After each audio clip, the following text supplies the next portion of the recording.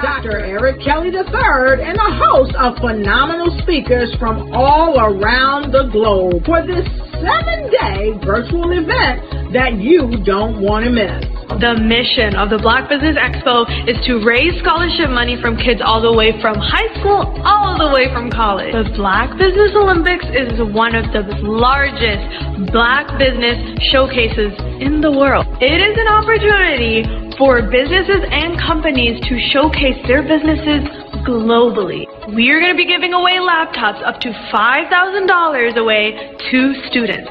Again, I'm Olivia Appleberry, the founder of 2 Cents Finance and one of the speakers for the expo. I am so excited to see you there. For more info, go to www.blackbusinessexpousa.com or call 919-308-9090 and hope to see you there.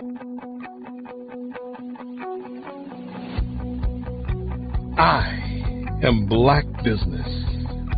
From the moment I wake until the time I sleep. Yes, I am Black Business. I am Black Business. Tell me, are you Black Business? I am Black Business. Do you support Black businesses? Listen, I support Black business because I am Black Business. Black Business Expo, one of the largest business showcases in the history of Black business in the world. The world! Sign up today at www.blackbusinessexpousa.com or call 919-308-9090. I am Black Business. I am Black Business.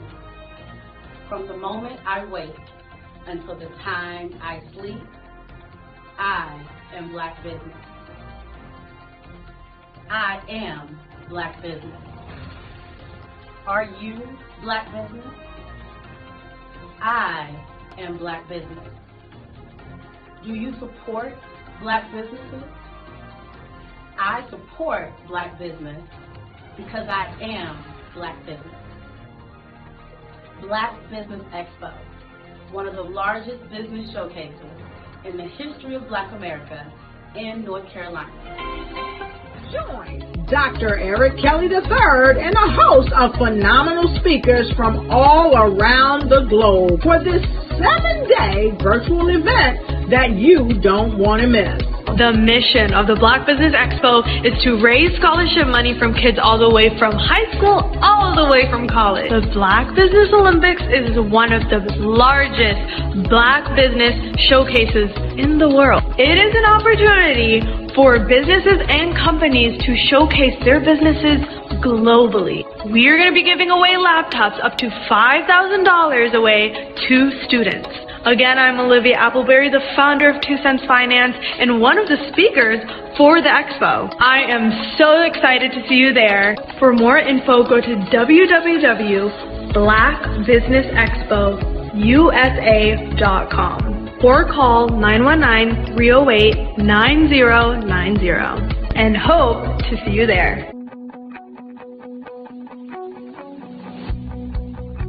I am Black Business.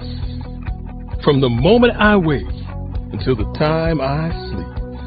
Yes, I am Black Business. I am Black Business. Tell me, are you Black Business? I am Black Business. Do you support Black businesses? Listen, I support Black business because I am Black Business. Black Business Expo, one of the largest business showcases in the history of Black business in the world.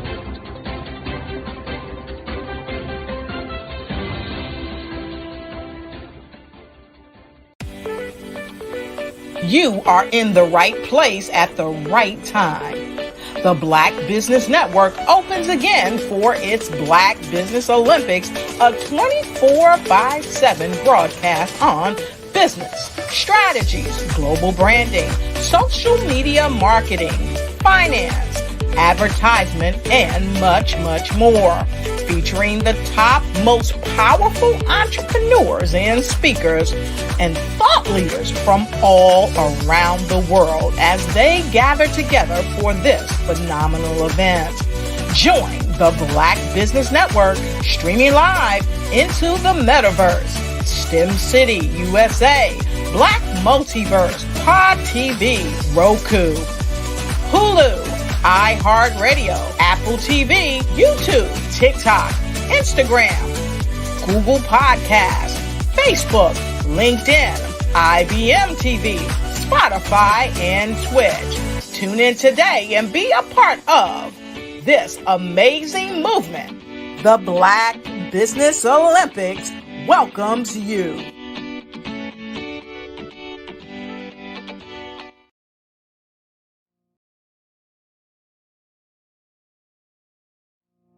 Did you know that approximately 333.34 million businesses exist today, according to a report from 2021? And you may be one of those businesses, or maybe you're not in the business market yet, but you're aspiring to be a business owner.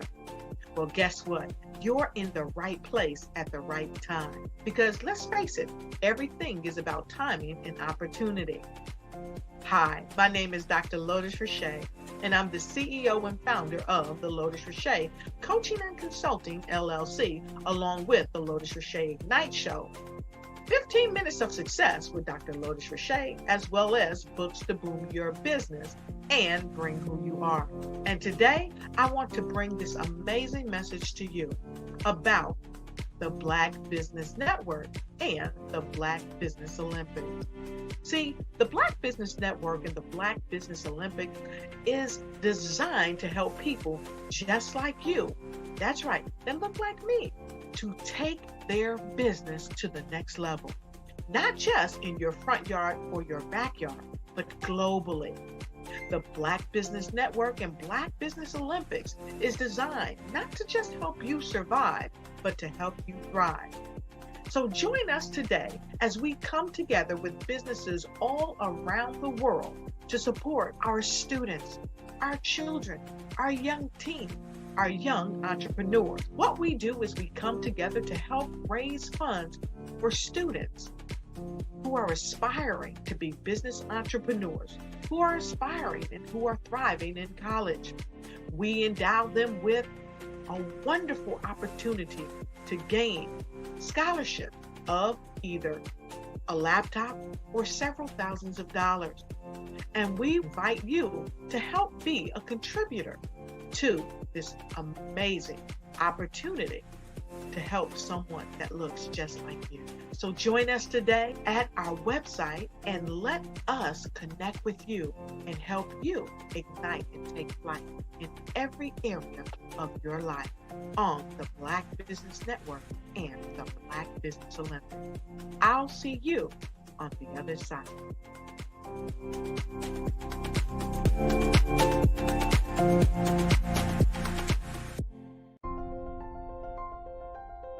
What if you could build your own city? A place where every child can find nurturing people to help them achieve their full potential. A place where every adult can access job training support. Where health education is abundant. Where social justice ruled the land.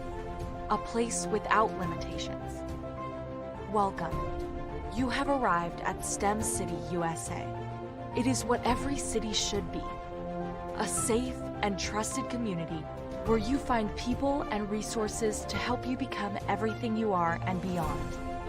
STEM City is unlike anything you have ever experienced. It is a digital twin of the world around you, only better. STEM City is about energy and soul renewal. It is more than a digital world. You can almost feel the power of live cultural events, music, and theater.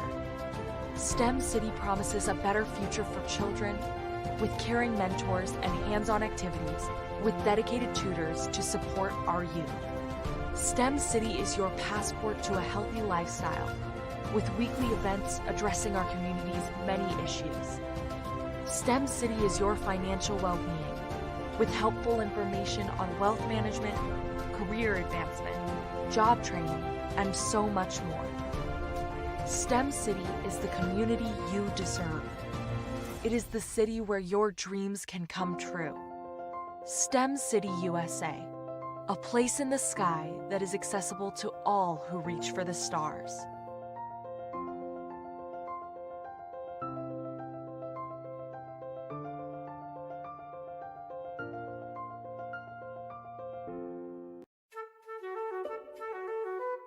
This is Dr. Arnold T. Petsworth. He's the owner of Petsworth Vet World, a veterinary clinic in Hopton, Connecticut. His patients include dog, cat, frog, fish, Goldie, dog, and this alpaca. Due to doctor-patient confidentiality, we can't tell you their names. Business at Vet World was steady, and then quarantine hit. Neighbors brought new four-legged friends into their homes. Bunnies. Bunnies everywhere. Dr. Petsworth welcomed these new patients with open arms. The only problem? There were more appointments than he could manage.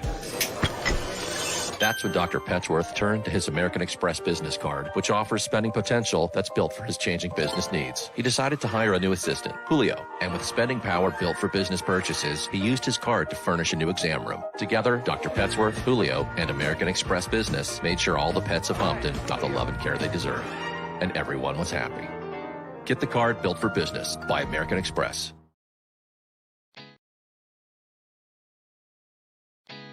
Did you know women represent just 3% of Fortune 500 CEOs and less than 15% of corporate executives at top companies worldwide? Have you wondered what the secrets are to getting into the top ranks, whether in the private or public sector? Do you want to figure out how to stop being held back in your career or passed over for promotion? Then you're in the right place. Hi, I'm Dr. Madeline Ann Lewis, President and CEO of the Executive Women's Success Institute. I have decades of experience in the military, the federal government, and corporate America, and my mission is to help women succeed and tap into their full potential. I want to reach 1 million plus women around the world to become the leaders they are meant to be. So if you want to move into a management or executive level position, or maybe you are a female veteran transitioning out of the military into business entrepreneurship, then reach out to the Executive Women's Success Institute at 301-693-3284. Let us get you on the fast track to success.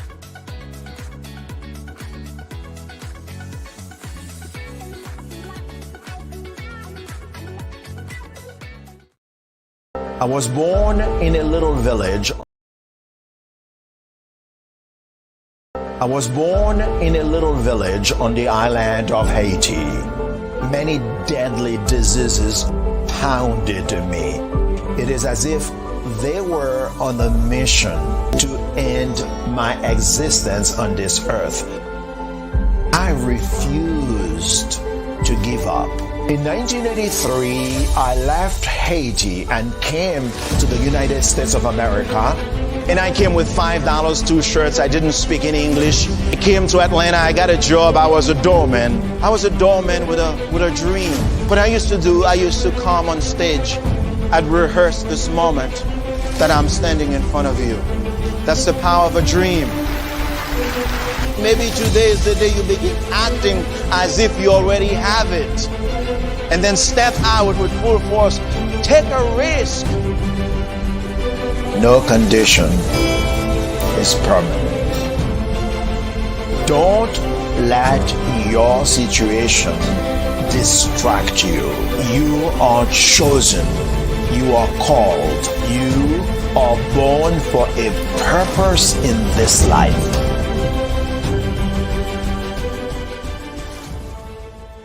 I'm Kennedy Harris. My genius is being an entrepreneur.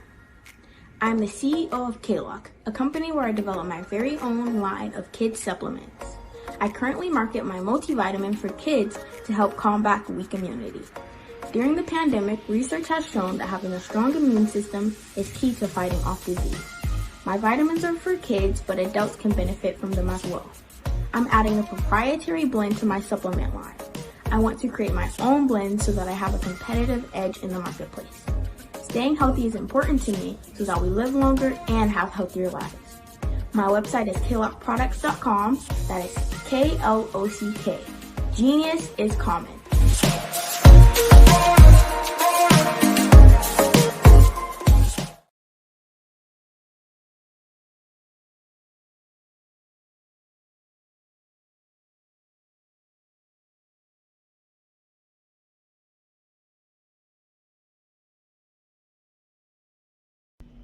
Why do I do what I do? You know, my life coach asked me that a few years ago. And she said, Tony, what's your why? And I told her, and she said, girl, you've already accomplished that.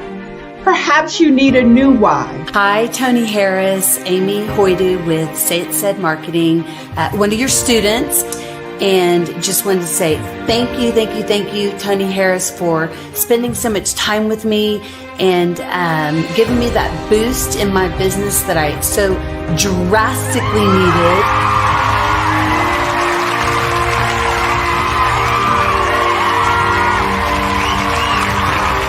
My why is to touch, move, and inspire my clients to take drastic steps to be better than they were before they met me. I'm a resource. I'm a connector. I want to help people build deeper relationships that are beneficial to their life and business. That's what I do best. So, first thing you got to do is show up. And speaking is a way to magnetically attract your ideal client to you. How many of you use social media that way? Absolutely, and this is how you look to the world. Drastic steps are the steps that are needed to be successful. And my business is drastic denotes a mindset. Getting out of your comfort zone. Doing something that you don't necessarily feel comfortable doing, want to do, but you know it's a necessary step to be successful in your business. I get the most satisfaction when I see my connections flourishing into relationships long after I am gone.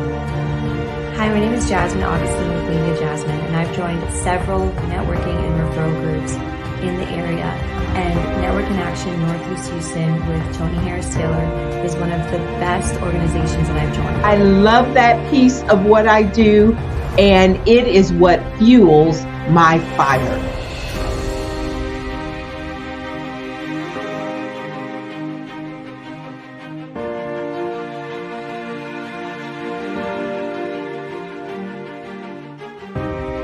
My name is Tony Harris Taylor, saying take a drastic step today for a fantastic tomorrow.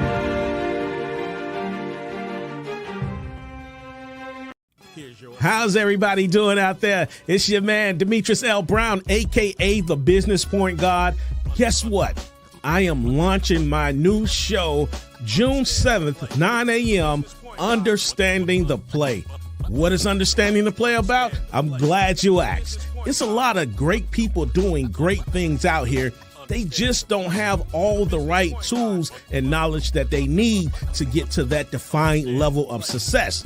Guess what? I'm bringing the right people in. I'm bringing the right tools in with explanation. Yes, with explanation. Of course, we're going to motivate you, but we're going to educate you so that you can get to that level and you can get to the momentum reaching that next level of success. Tune into Understanding the Play with the Business Point Guard.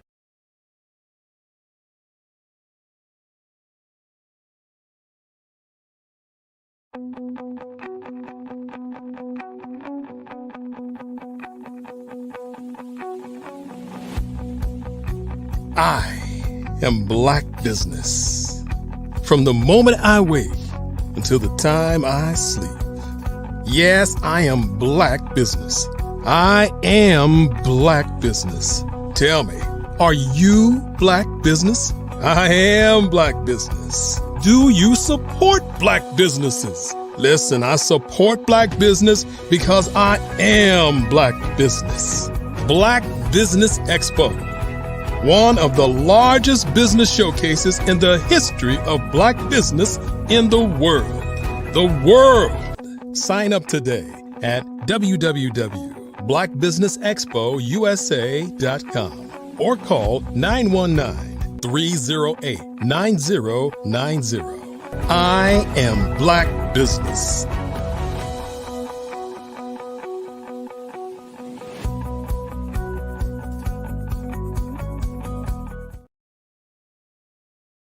And good morning, business owners, entrepreneurs, thought leaders, and corporations, and welcome to the Black Business Network. My name is Coach Kimberly Williams, and I am your business moderator for this morning on the Black Business Olympics. The Black Business Network is a 24-hour business network showcasing Black businesses, but business owners, entrepreneurs, and thought leaders worldwide. We have speakers from North Carolina, London, Singapore, Africa, Japan, and cities all over the United States. The Black Business Network is a global community sharing its business knowledge to empower, inspire, and educate businesses about business. Now, today we have a keynote speaker named Will Baptiste. He is a trilingual Haitian native residing in Quebec, Canada. That's a transformative leader empowering men to rise globally. Will to Rise is birthed out of. Hello, I'm Dr. Madeline Ann Lewis, President and CEO of the Executive Women's Success Institute. And my genius is helping women accelerate the path to success. You know, I was blessed to have strong women in my life who encouraged, motivated, and pushed me to do my best and to never even think about giving up on my dreams. So I say to women, we must show up to rise up. We have talents and potential, but who will see them if we don't speak up and get noticed? I know that women are a tremendous resource on this planet, and there is nothing more fulfilling than helping a woman tap into her full potential. I do this because I want to be a part of helping as many women as I can to show up, to rise up. I do this because genius is common.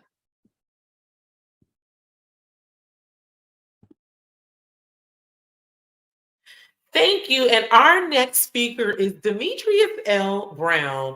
He has over 18 years experience in radio, technology, and marketing. He started his media career in radio at Intercom Communication, Greensboro. As a proud board operator and weekend on-air talent at 102 Jams, on one of the top radios in America. Within his first 2 years, Demetrius became the head board operator and executive producer for all live broadcast events, such as Stuff the Bus, Super Jams, Birthday Bash, BET Awards, Friday Night Live, Friday Night Football, and NCAA East Carolina University football on WPET, a sister radio station at Intercom. Demetrius continued to dominate the radio industry by becoming a marketing director for 97.1 WQMG and then the traffic director for 97.1 WQMG,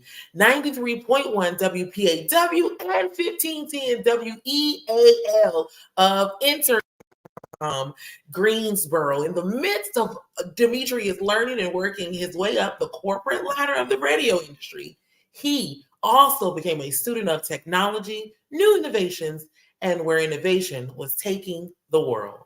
I want to introduce to you none other than Mr. Demetrius L. Brown.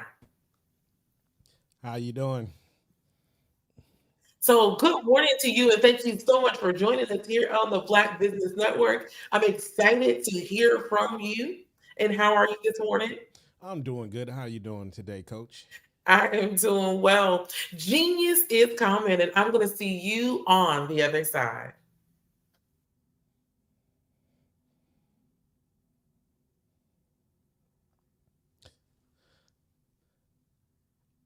How's everybody doing this morning? Again, my name is Demetrius L. Brown. And again, I started my radio career at Intercom Communication in 2003. I got into radio because I saw where radio was in our community, the effectiveness in our community. And I saw that our community wasn't getting back what we was putting into our radio stations. And then by working in radio, I realized communication is, we have to have effective communication, how important communications is when we're doing business, when we're dealing with certain people, and especially in our Black communities. You know, people communicate with us when they want something, when they want our money, they want our votes and things like that. But, you know, being a business owner from Intercom, I went on to start FUBU Radio. I partnered up with the guys who own FUBU. Of course, you know, the FUBU brand started in 1992. Right now, sales are at $8.6 billion. But, you know, I saw where radio can go, and I opened my mouth. They say you always got to open your mouth and ask the question, because if you don't, you wouldn't get a yes, or you won't get a no. You will never know. So I approached FUBU Radio in 2014, said, hey, let's create FUBU Radio. With Keith Perrin, first, Keith Perrin said, we only know clothing. And a year later, he called me back. He said, hey, let's create FUBU Radio. So it was through my communication with a bigger brand, not being scared. So that's one thing. We can't be scared when we have to communicate, when we need to communicate. So through my communication and my faith and the effectiveness of the communication, being able to present a need and a want, and what the benefit can be of creating FUBU Radio, we launched FUBU Radio in 2015. And today I just really want to talk about the effectiveness of communication. I want to talk about dynamic communication. Dynamic communication can get you far. It can take you to levels that people cannot reach who don't communicate. Dynamic communication is the backbone to a successful organization. And again, don't be scared to communicate. I know a lot of people, they're scared to hear no. They don't want to hear no.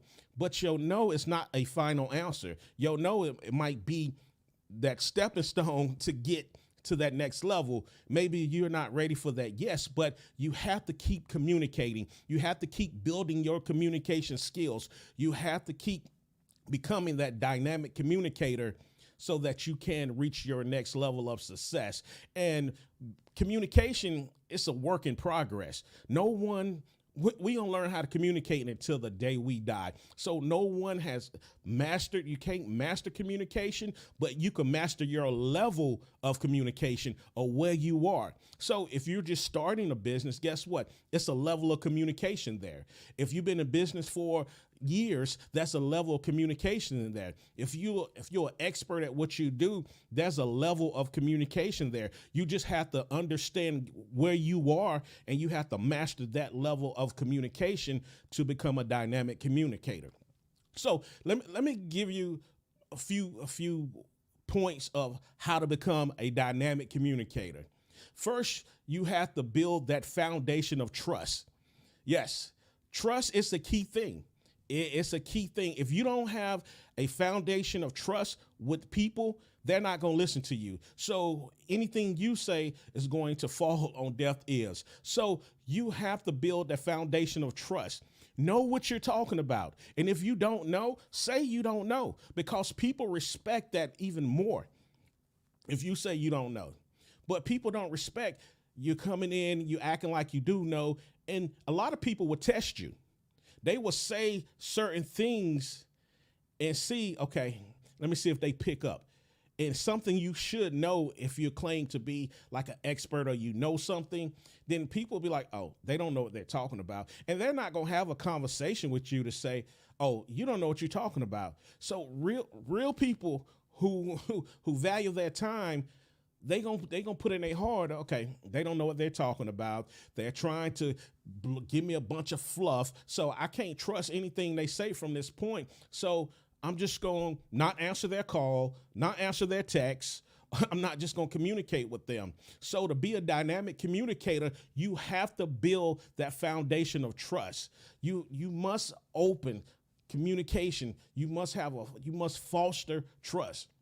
So if you got a business, guess what? If you're the business owner, talk to your employees or your independent contractors. Be honest with them. If you're struggling with something, you can't make a payment, you can't do this as a business owner, be honest with the people. Don't have them go through excited about something and then you get the work done, you bust a bubble. No, you have to be honest from the get-go. If you are a coach out here, one thing I used to hate when people say, hey, let me make you a millionaire. Do you want me to make you a millionaire? My question is, are you a millionaire? So how can you make me something that you're not? Now, you could have said, hey, do you want to learn this process of becoming successful or becoming a millionaire like I'm going through now? I respect that statement even more than saying, hey, let me make you a millionaire, because you can't make me something that you're not. Now, you can show me the process that you're going through to get there. So your wording must be your wording is very important. So make sure you build that foundation of trust. That's the first thing in becoming a dynamic communicator. Clarity next, clarity and understanding. Be clear about what you're doing. Be clear about what you're saying. Make sure people understand what you are saying. But I want to back up. So that you can be clear and so that people can understand you must understand them. You must understand where they're coming from. So the first thing of communication is listening.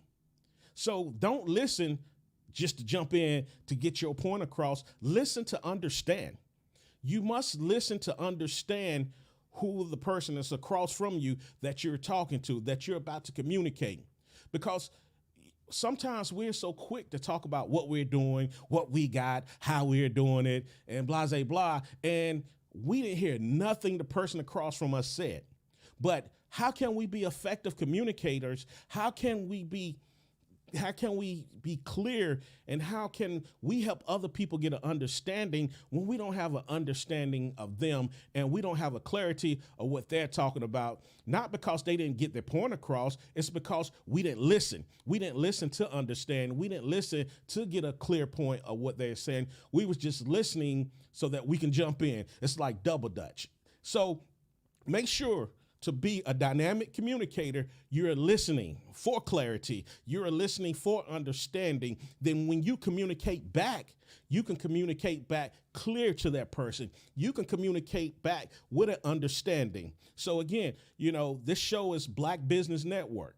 So we're talking to entrepreneurs out here. We're talking to seasoned entrepreneurs. We're talking to future entrepreneurs. So when you're in business, make sure you understand your customer. Make sure you understand your client. Make sure you understand your student if you're a coach. And I know sometimes we can be at certain levels in our business and we be like, man, we there. They don't know much because they brand new. No, just still listen to them, because I promise you, it's something that somebody who never been in business, they've been around business or entrepreneurship or finances, whatever, they can say something that a seasoned person can learn. Because guess what? As a seasoned business owner, we must pay attention to people's behavior around the product, around the service, around the brand, so that we can enhance what we're doing. So don't be quick. Don't be quick to judge, count somebody off because of how much time or they're brand new into something. Just listen and get clarity, because I promise you that one moment can help you take your expertise to that next level. So third point, enhancing team collaboration. Now, communication is about teamwork. How can you have a team if you don't communicate?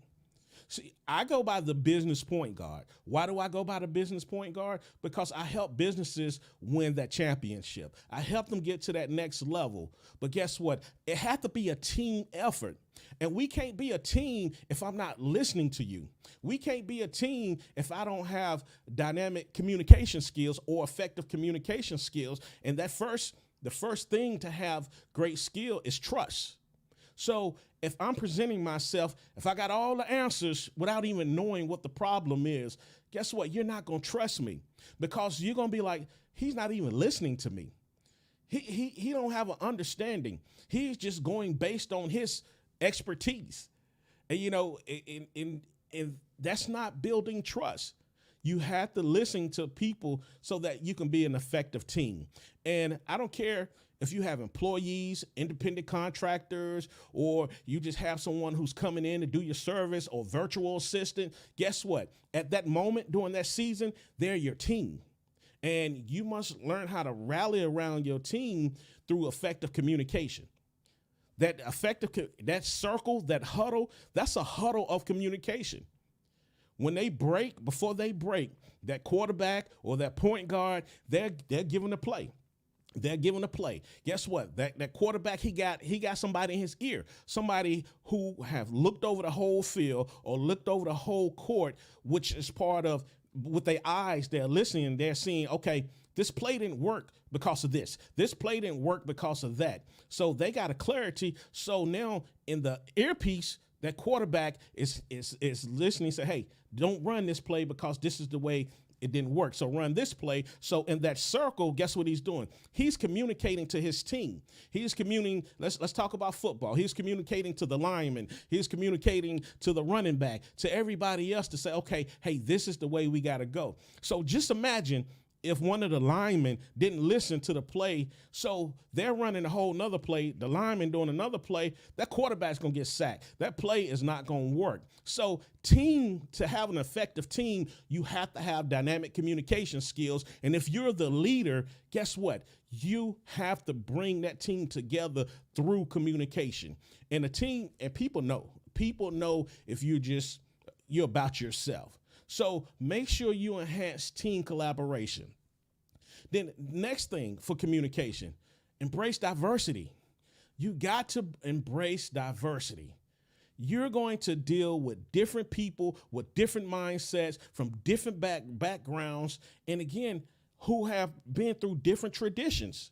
You know, we all have different traditions. We all have been taught different ways to do things. You know, we have to embrace diversity. Not saying, you know, you have to transform yourself, you know, or you have to be what this next person is. No, by embracing diversity, that means you're bringing your skill with their skills, with their skills. It's like Transformers.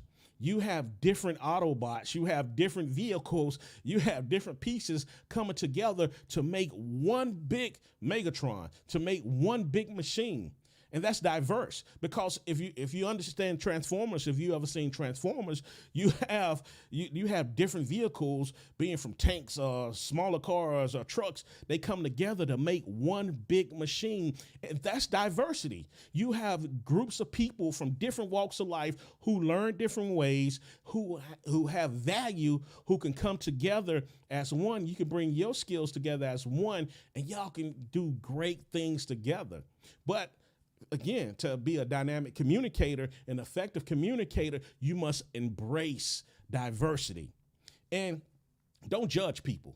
Don't judge people because you don't know where they came from or what they did. Man, we didn't do it this way over here. We didn't do it this way over here. That's cool. You didn't do it this way over there, because it's more than one way to do anything. It's more than one way to do anything. So don't put in your mind, just because you learned this way, that's the only way to do it.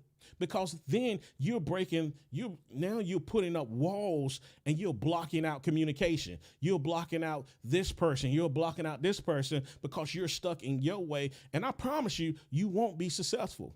You will not be successful if you're blocking out people, because we can't do this thing by ourselves. We cannot do this thing by ourselves. And if you just tuned in, you are here at the Black Business Network. This is the Black Business Olympic. We are in day 2, September edition, and we're talking about communication. We're talking about dynamic communication. And again, so for you to be successful business owner or whatever it is that you do, you have to be an effective and a dynamic communicator. We're going to use the word dynamic, because we are in a different season. We can't just be good. We can't just be good. We must be dynamic and communicating. So the first thing I said, we must build a foundation of trust. The second thing is clarity and understanding.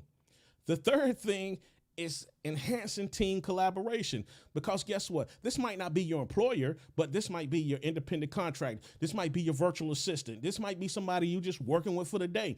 But for that moment, that's your team, and you must embrace team collaboration. Embrace diversity. You must embrace diversity, because everybody is different. Everybody learn in different ways. Everybody has been through different things. So again, let's focus on being an effective, a dynamic communicator. And feedback. I don't know why, but a lot of people are scared of feedback. A lot of people don't want to hear feedback on themselves. But how do you grow? How do you learn? You have to receive feedback. If you're the only one giving feedback on yourself, guess what? You're not going to grow. You're not going to go to that next level. It's not going to happen, because guess what? Everything you do is good, is great, so it always takes somebody from the outside to give that constructive criticism. Now, I'm not saying be judgmental. I'm saying allow people to give you constructive criticism, and you use what you want to use. You take what you want to take, and if you don't want to hear it, you don't want to use this piece, don't use it. But be open to criticism. Be open to it, because guess what? We all have things and flaws and faults that we have to change about us. So again, to be a dynamic communicator, you have to take feedback. You have to take effective criticism. So then conflict resolution. So some of us I've seen, and I used to be like this. I'm gonna be honest. So when I used to talk to someone, and if I feel like it won't go in the way I want it to go, I feel myself getting heated. Or if I'm having a conversation with one of my partners about something, I saw myself getting heated, and it got loud. They got loud. I got loud. And guess what? Nothing got resolved. Nothing got resolved, because they mad because I'm loud. I'm mad because they loud. I'm mad because I don't feel like they listening. They mad because they don't feel like I'm listening. And honestly, in all honesty, we wasn't. And that's poor conflict resolution. And you're going to always have conflict, period. You're going to have conflict, but you must know how to handle it, because I'm telling you, if you don't, you might say something in the moment that will destroy the whole relationship. You might say something in that moment that might destroy your whole character. You might say something in that moment that might destroy your whole business and destroy the whole foundation of trust that you spend a lot of time building. We are emotional creatures. We are emotional creatures, and if we don't know how to control our emotions, we're not going to be great we're not going to be great at solving conflict. We won't have great conflict resolution skills. So again, if you feel yourself getting heated, hot, guess what? Just say, let's pick up this conversation later. Let us both cool down. Or if it's not even another person who's say, let me just step away for a minute and let me get myself together and let's have this conversation. That's the best way to do that. That's part of being a dynamic communicator. Because if you brawling, you rah, nobody's hearing nobody. And the wall it's a wall there. Nobody's communicating. Your words are boom, boom. But guess what? That relationship is being torn down piece by piece by piece by piece, and your character is being diminish piece by piece as you are sitting there arguing and fussing with someone. So again, just make sure that you don't handle a situation in the heat of the moment. Just walk off. Just learn how to walk off. And the next thing is training and development. Guess what? We have to learn different things. So if we want to be a dynamic communicator, we have to learn how to communicate in the area that we're in or the area we want to be in. If you're believing to be the top CEO in the metaverse technology, guess what? You have to know the terminology. You have to know the metaverse terminology. You have to know the coding terminology. You must know this terminology. If you're a software developer, guess what? You must know the terminology, but it doesn't stop where you finish school at or wherever you got your degree. Guess what? Things are changing. Since the pandemic, verbiage of technology, different AI and metaverse and NFTs and, things, streaming. It's a lot of things within those words itself. AI, you have over 100 pieces of terminology in areas that go into AI. The metaverse, it's a lot of pieces that go with the metaverse. I mean, when it comes to streaming, it's a lot of pieces that go with streaming. Being from Matrix, everything have Matrix. So understand the terminology, what's going on in the areas you want to be in. If you want to be a coach, if you must communicate that you are continually growing. Because guess what? Coaching, if you're coaching somebody, coaching means that you're taking this person to the next level. And we have seasons. It's just like regular sports. Basketball, football, baseball, soccer, whatever, there are seasons. And guess what? After one season is over, not even when the season is over, but before going into that season, that coach know what he want to do. He know he want to win a championship. He know how he can win this championship because he studied all his players. He studied the other team's players. He studied ways to cultivate the different plays and different things like that so he can communicate that next level for that next season. Guess what? If that season was 0-10, he's going back to the drawing board. Each season, once the season is over, that coach is going back to the drawing board, figuring out, okay, how can we become effective in the next season? What is our goal for that next season? How do I communicate that to my team, to my coaching staff, to the head office? How do I communicate this thing?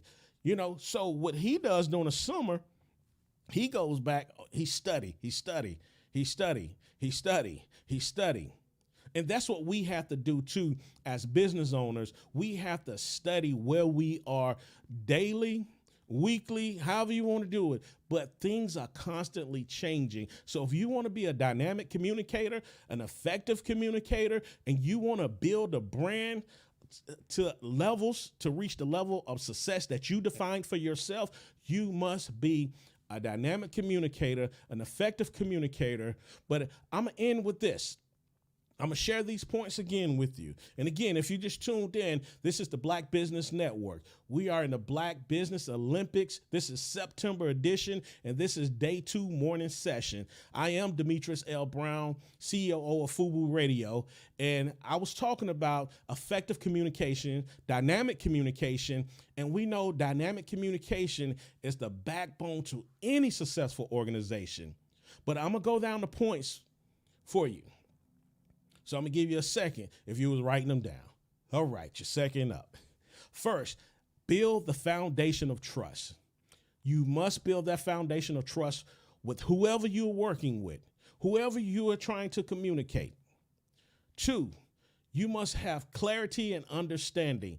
So you must listen to get clarity and understanding so that you can communicate back clear and with a good, so that they can understand. You must enhance team collaboration. So whoever you're working with at that moment, guess what? Y'all are on the same team, and you must be able to communicate the play at that moment with your team. I don't care if it's a virtual assistant. I don't care if it's an independent contractor. I don't care what it is. If that person is with you right there and y'all are doing an assignment to get you to that next level, they are part of your team at that moment. Embrace diversity. Everybody think differently. Everybody come from different places. Everybody learn differently. So you must embrace so that you all can use your different skills to become one power. So if you're not embracing somebody else's diversity or somebody else's skills, somebody else's talent, and you think you know everything, again, like I said before, I promise you, you're not going to make it to that next level. So embrace diversity. Feedback. Be able to take feedback. Take feedback. Be able to take constructive criticism and give constructive criticism. And I want to tie that one in. I want to tie that in with clarity and understanding. If you are giving somebody criticism or you're trying to just help them, make sure you heard what they said. You really paid attention how they did it. And you're not in your mind to say, oh, I didn't do it that way, so let me criticize them or let me give them constructive criticism based on how I do it. No, it's not based on how you do it. It's based on getting the job done correctly, again, in a trustful manner. So say like if this person is talking and maybe they use some of the wrong words or something like that. It's all right to say, hey, that word you used it in the wrong way. I just wanted to let you know. So again, when you give feedback, think about how you give it and, think about how you want to receive feedback, but be able to receive feedback, constructive criticism, conflict resolution. Be able to walk away when things get heated, when things get hot, be able to walk away. Because again, you can tear some relationships apart. You can tear your character apart. If you are rowdy, y'all fussing, y'all arguing, be able to just walk away from conflict. And again, train yourself on a daily basis to learn different terminologies and different skills in your area to help you become that dynamic communicator. And I want to thank you all for having me. Oh, thank you so very much, Demetrius, for sharing your expertise with us here. Those are some awesome nuggets that you've left us with. I'd like to ask you, how can we get in contact with you? Where can we find you? Yes, at Demetrius L. Well, I'm sorry. Let me back up. At the Business Point Guard on Instagram and the Facebook. Business Point Guard. Yes. And awesome. Thank you again for your time, and Genius is coming, and we'll see you on the other side. Thank you. The Black Business Expo's mission is to raise funds for high school seniors going to college and K-12 entrepreneurs. This expo is a fundraiser for students. You may go to www.blackbusinessexpousa.com to donate to the scholarship fund or use the Cash App that's on the screen below.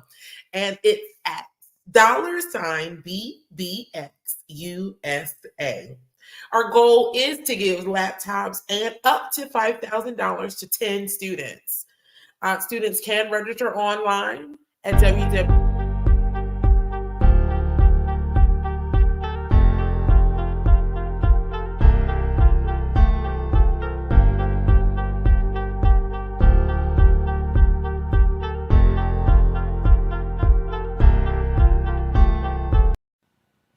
Hello, my name is Kiasi Helm, and I'm 14.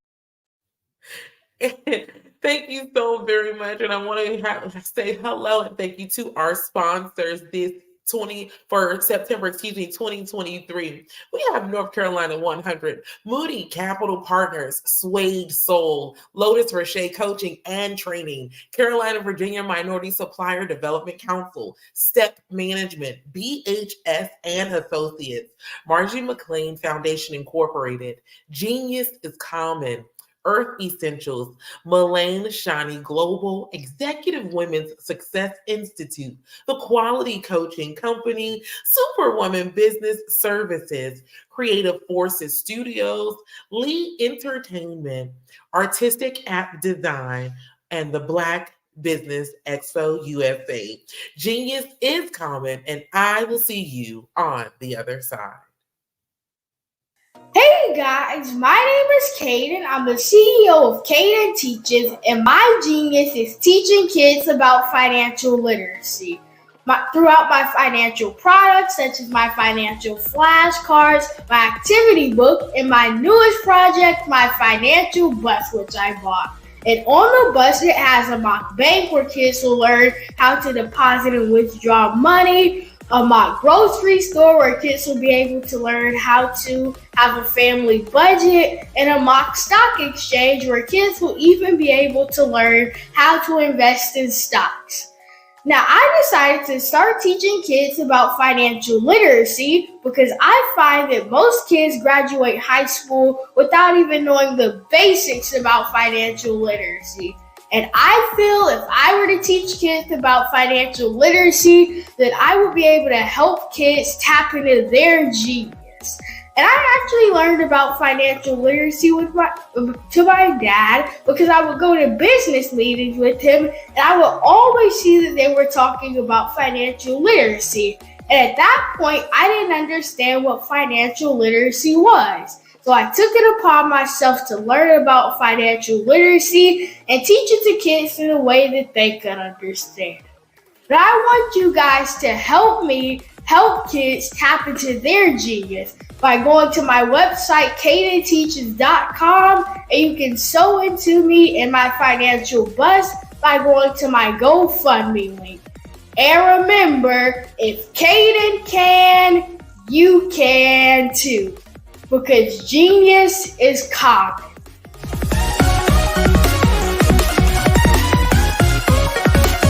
Over the past few years, we've seen the growth of existing and new initiatives focused on financial inclusion, building global networks, and reducing the wealth gap in response to the idea there's not enough seats at the table.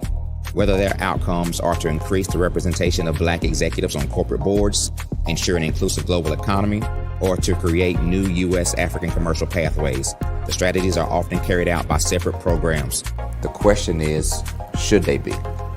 With the continent of Africa being home to more than half of the world's fastest growing economies, the youngest workforce, over 400 companies generating more than $1 billion annually, 700 generating more than $500 million annually that are poised for growth, and being the destination of nearly $5 billion in venture capital in 2021. Diversifying U.S. and Africa commercial engagement by building bridges between African businesses and their U.S. diaspora should begin being seen as mutually beneficial. From helping to reduce Africa's enormous capital gap to catalyzing two-way trade opportunities, the COVID-19 global pandemic hopefully has taught us that global challenges and opportunities are more interconnected than we thought. During the pandemic, African companies like Unicorn Flutterwave, insurance provider Reliance Health, ride-hailing app Yasir, and 54Gene, the continent's first bank of DNA on people of African descent, proved that when African companies have access to networks, capital, and information, they grow big, grow fast, and create solutions that are valuable to the world. This is why Be Direct was created.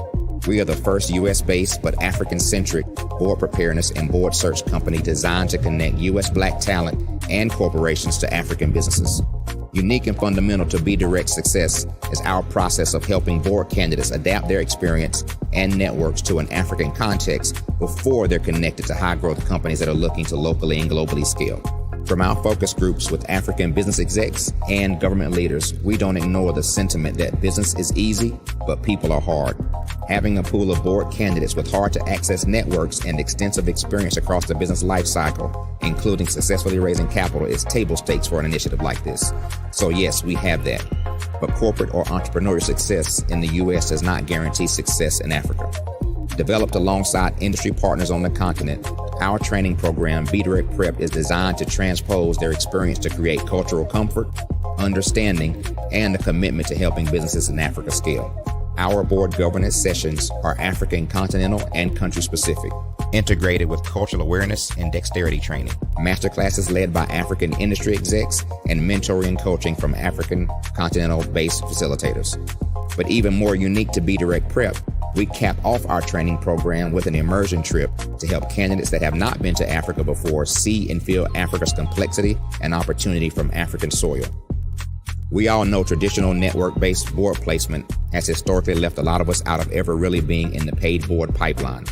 Our strategy supports the work of many great organizations that are successfully filling seats at U.S. board tables by creating more tables for those that are still left on the sideline. It's time to start seeing the role and value of U.S. Black talent and businesses on the continent of Africa differently.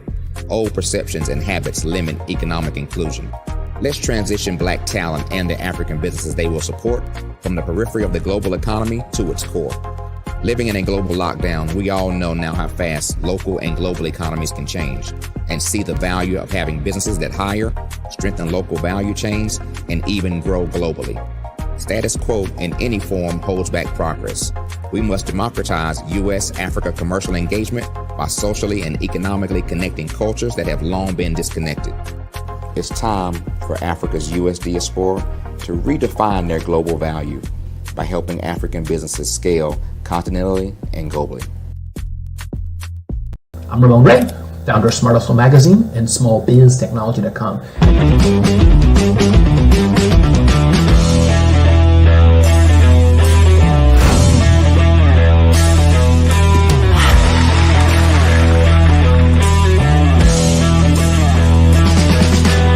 You're here today to celebrate small business success. Stand up on your feet. You rocked the house. It was amazing. Didn't we learn? For me, success comes from failure. One thing not to do is shake somebody's hand like this.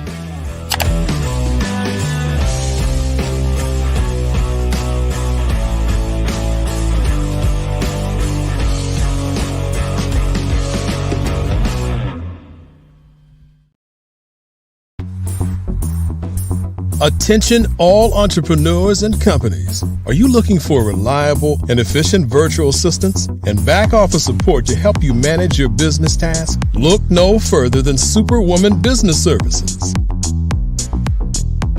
Our team of virtual assistants provides a full range of administrative support services, including operations management, social media marketing, and much more. We also offer website design services to help you create a professional online presence that reflects your unique brand. In addition to administrative support and website design, we offer business development and structuring services to help you grow your business and achieve your goals. We'll work closely with you to identify areas of improvement and develop a customized plan to help you reach your full potential. At Superwoman Business Services, we understand that running a business can be overwhelming and time-consuming. That's why we're here to help you fly high and achieve success. Our virtual assistants are highly skilled, experienced, and dedicated to providing you with the support you need to thrive. Come fly with us and take your business to new heights. Let us help you become the superhero entrepreneur you are meant to be.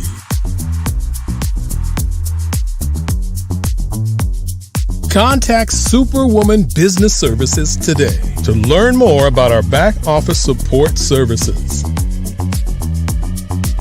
Come fly with us and take your business to new heights.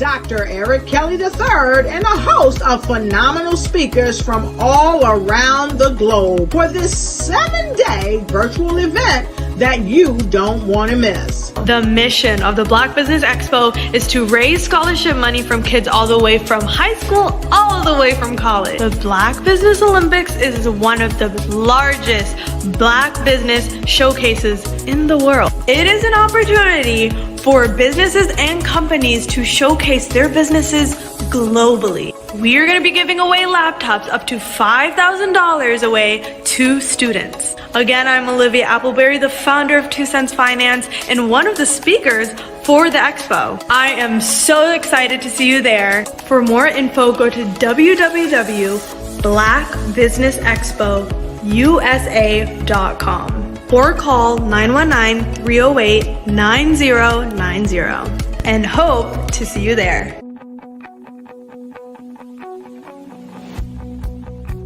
I am Black Business. From the moment I wake until the time I sleep. Yes, I am Black Business. I am Black Business. Tell me, are you Black Business? I am Black Business. Do you support Black businesses? Listen, I support Black business because I am Black Business. Black Business Expo, one of the largest business showcases in the history of Black business in the world. The world! Sign up today at www.blackbusinessexpousa.com or call 919-308-9090. I am Black Business. I am Black Business. From the moment I wake until the time I sleep, I am Black Business. I am Black Business. Are you Black Business? I am Black Business. Do you support Black businesses? I support Black business because I am Black Business. Black Business Expo, one of the largest business showcases in the history of Black America in North Carolina. Sign up today at www.blackbusinessexpousa.com or call 919-380-9090.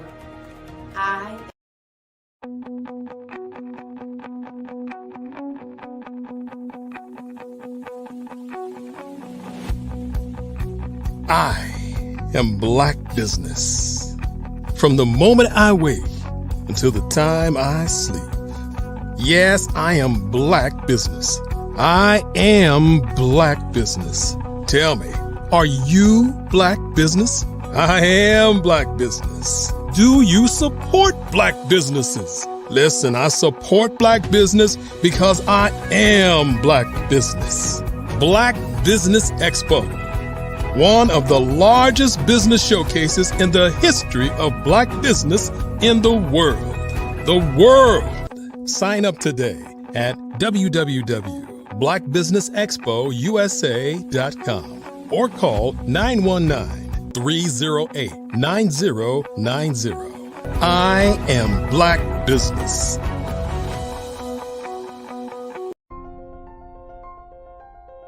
What if you could build your own city? A place where every child can find nurturing people to help them achieve their full potential. A place where every adult can access job training support. Where health education is abundant. Where social justice ruled the land. A place without limitations. Welcome.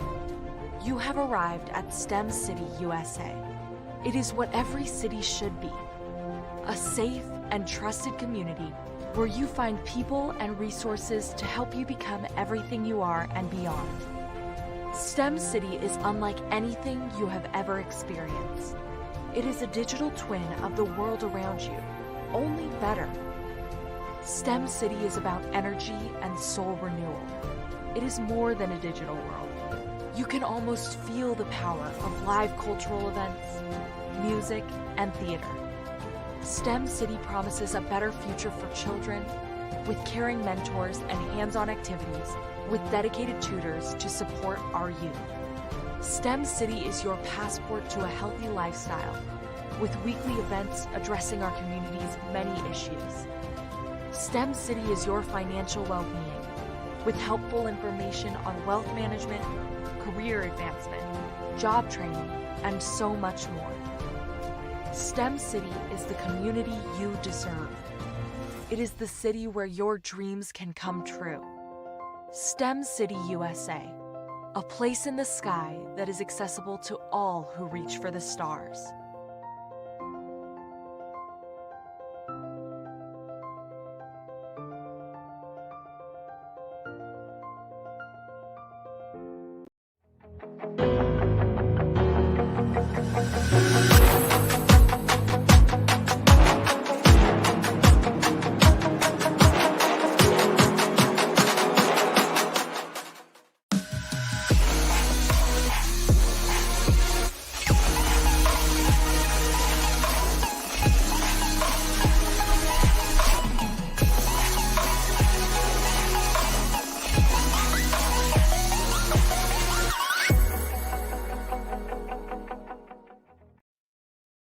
And good morning, business owners, entrepreneurs, thought leaders, and corporations.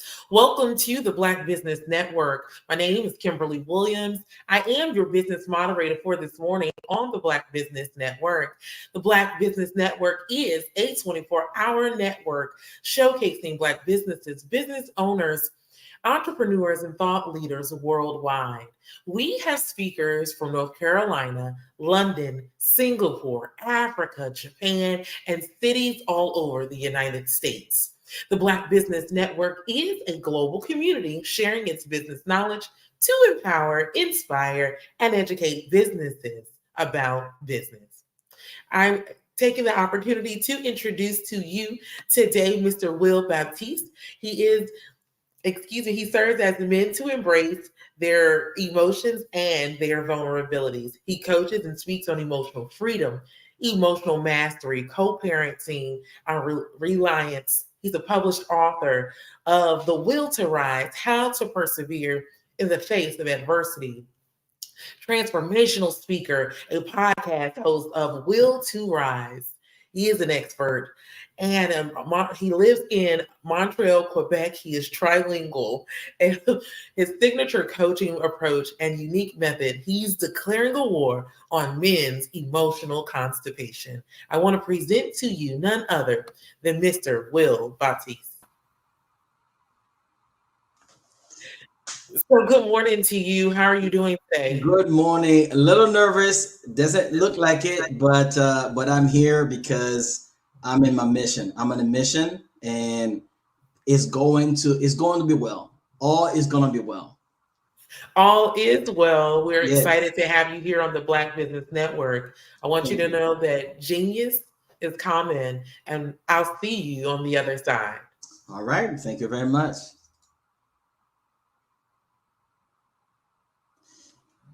All right, everybody. Good morning. Redefining masculinity, embracing men's emotions. Hi, my name is Will Baptiste. I serve men to embrace their emotions and their vulnerability. I coach and speak on emotional freedom, emotional mastery, co-parenting reliance. I'm a published author, The Will to Rise, How to Persevere in the Face of Adversity. I'm a transformational speaker, a podcast host, Will to Rise, and our expert. I live in Montreal. And with my signature coaching approach and unique method, I am declaring a war on men's emotional constipation. Ladies and gentlemen, good morning, good afternoon, and good evening, wherever you are in the world. Today, I want to talk to you about an important topic that often goes unaddressed. That is men's emotions. We live in a society that often expects men to be stoic and unemotional, but it is time to challenge these stereotypes and embrace a more holistic understanding of masculinity. Let me start by asking you a question. Why is it that men are often discouraged from expressing their emotions? Is it because they are inherently less emotional? Or is it a result of societal expectation and cultural norms? It's time to dig deeper and explore the impact of suppression men's emotion. Number one, the emotional spectrum. See, men, just like women, experience a wide range of emotions. And by denying men the opportunity to express their feelings, will limit their emotional growth and hinder their ability to form meaningful connections. It's time to break free from the notion that vulnerability is weakness. Number two, emotional suppression, which I have a name for. I call it emotional constipation. Have you ever been constipated before? We're not going to get into the details here, but you see where I'm going.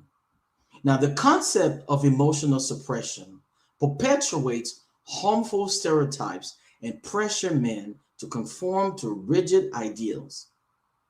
This not only affects their mental health, but also contributes to issues like aggression, substance abuse, and relationship difficulties. It's time to redefine masculinity and create a healthier environment for men to express themselves. Number three, the power of emotional intelligence. Now we hear now AI, but I want to talk to you about EI, emotional intelligence. Now, embracing men's emotions is not just about addressing mental health. It's also about fostering emotional intelligence. When men are encouraged to understand and express their emotions, they become better equipped to navigate relationships, handle stress, and make informed decisions. Emotional intelligence is a vital skill for success in all aspects of life. Number four, the silence. Breaking the silence. It is time to break the silence surrounding men's mental health by encouraging men to having open conversations, providing support networks, and challenging societal norms. We can create a safe space for men to seek help and share their struggles. Let's normalize seeking help and prioritize mental well-being for everyone. Now, let's get into the meat of this conversation today, shall we? See, I have put together the top questions that I have been asked about men's emotions. And 80% of those questions comes from women. 80% of those questions come from women. Now, they are not in order of importance, but they are in order where they were most frequently asked. Now, let's start with question number one. How do men typically express their emotions? Men may express their emotions in different ways. Now, according to a Psychology Today article, men may not be adept at expressing their feelings, but they still feel deeply. Men may convert certain feelings into other emotions, shift their feelings into other arenas, or experience feelings through physical complaints. In some cases, men may lack the training or support to make sense of their feelings and instead may bury them deeper. In another article from MSU Extension suggests that men often express their feelings in a physical nature. Men often express feelings outwardly through body language, such as physical gesture, facial changes, muscle tension, and grinding teeth, instead of expressing those emotions with words.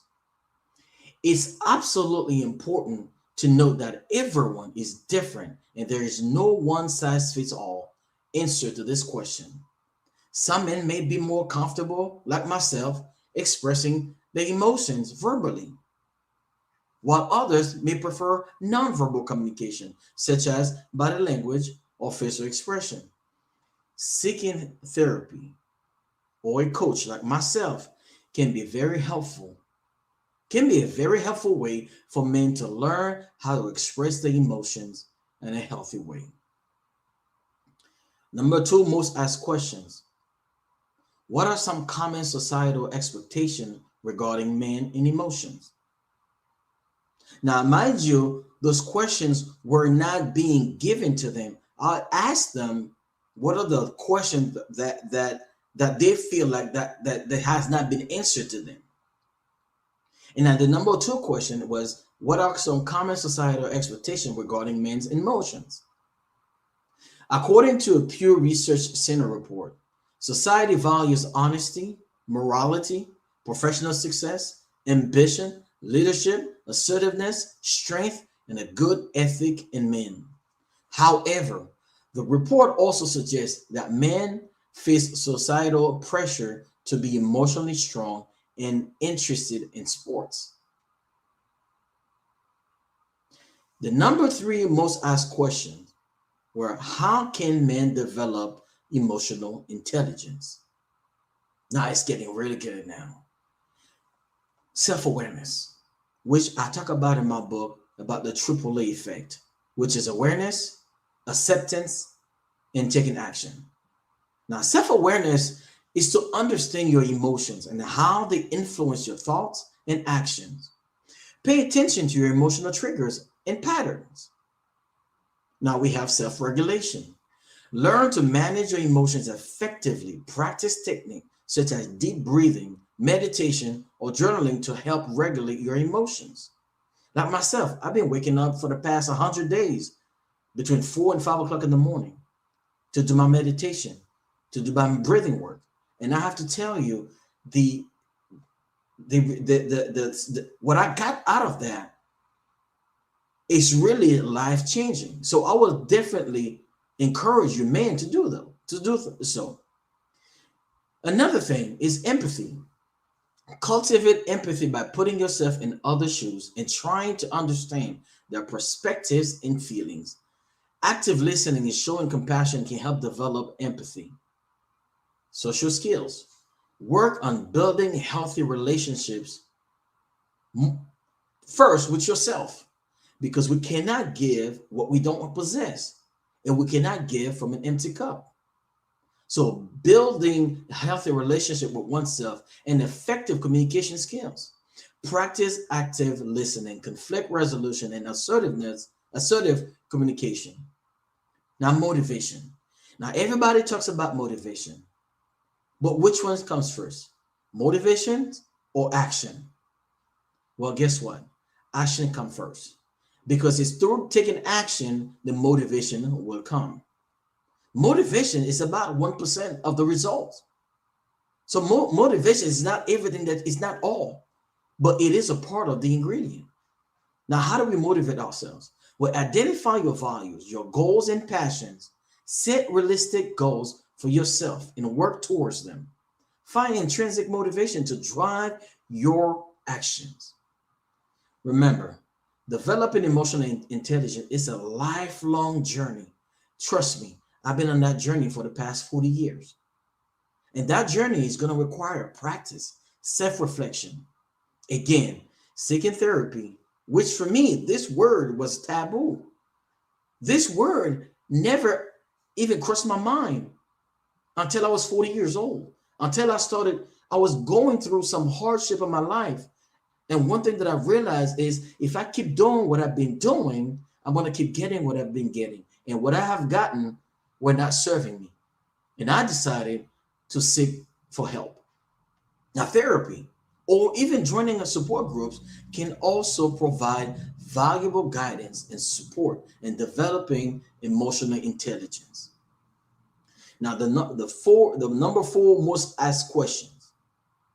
Now, before I get to the number 4, I want everybody to understand that everything that I talk about, although that I have certifications, although I take courses, and so on and so forth, but 90% of everything that I talk about, either something that I've been through or something I'm currently going through, or some stories that I get from the clients that I serve. So I want you to understand that I'm coming from a place of knowing, from a place of experience, which is very valuable, which is what put me in a position to be able to talk about the things that I talk about. And then I'm not against people who, get certification and courses and so on and so forth. But it is hard for you to debate what I've been through or to have an opinion of what I've been through. Now, do men experience emotion differently than women? Men and women experience emotions differently. You're absolutely right. We do. Now, while many psychologists reject the notion that men experience emotion less frequently than women or than women do, researchers have suggested that men exhibit restrictive emotionality. A number of studies have reported that male and female recruit different neural circuitry when processing or downregulating their emotions. Women, however, tend to be more emotional than men, but men tend to express their emotions differently than women because we are not the same. Number 5, the 5 most asked questions. How can men navigate societal pressure to be stoic and unemotional? Now, recognize and challenge societal norms. Becoming aware of the societal expectation placed on men is an important first step. By questioning and challenging these norms, men can begin to reduce what it means to be masculine and create healthier, more authentic version of themselves. We have to cultivate emotional intelligence. We have to develop emotional intelligence involving recognizing, understanding, and managing one's own emotions. Because I believe that whatever we don't manage, whatever we don't master us. And as well as empathizing with the emotions of others. By cultivating emotional intelligence, men can better navigate their own emotional experience and build stronger connection with others. 6, support. It is essential for men to have a support system in place where they can express their emotions without judgment. And what I find fascinating is that men will get together in the barbershop to talk about sports, talk about jewelry, talk about money, and talk about women. But rarely do they talk about how they're feeling. Rarely do they talk about their emotions. Well, I'm here to break the generational trauma. I am here to break the taboo that men should not be talking about their emotions. I invite men to talk to me about their emotions. This is the reason why I am making it easier. I'm making it safe for men to be able to talk to me about their emotions.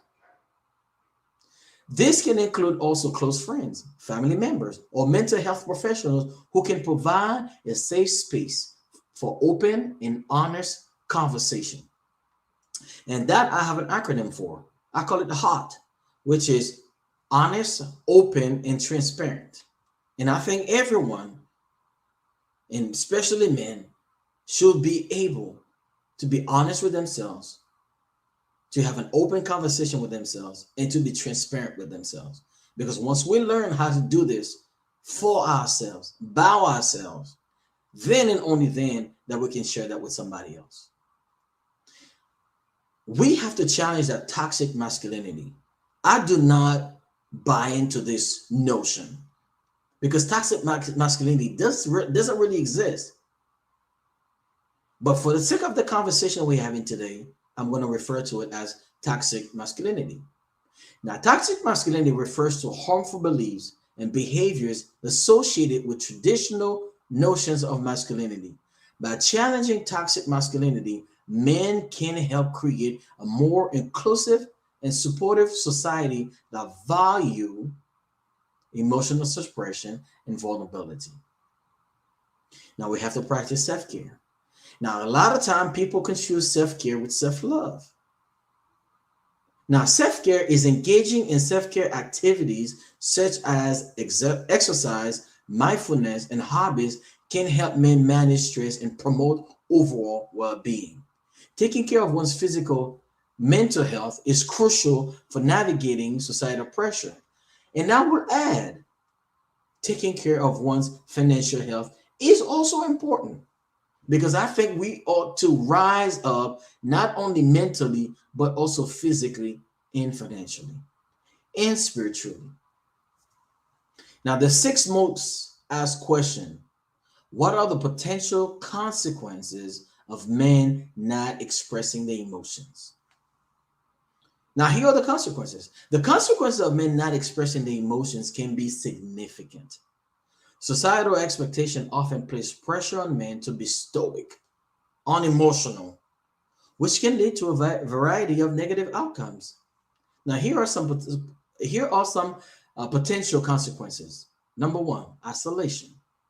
And I remember when I was going through a very hard time in 2020, after I had lost a family member, going through a separation, it was very hard for me. And I isolated myself in my apartment for 5 days, which to the point I contemplating taking my own life.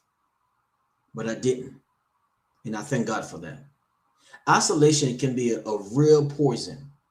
Now, men who do not express their emotions may feel a greater sense of isolation. Now, the pressure to conform to traditional gender roles can make it difficult for men to seek emotional support from loved ones. Now, let's talk about the health issues.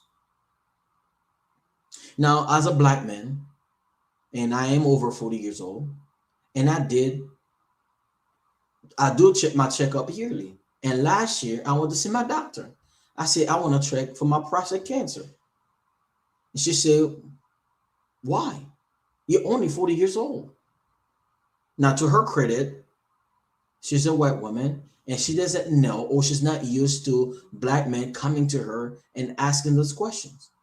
And because I'm a Black man, because I'm more prone to have prostate cancer, I make sure I check it early. And I will invite every man to make sure that you do your yearly checkup just for prevention. Because you could be carrying some chronic tension in the body due to suppressing emotions, which can lead to health issues. Men may also develop unhealthy coping strategies, such as substance abuse, and as a result of not expressing their emotions. Now, here's the hard part: relationship difficulties.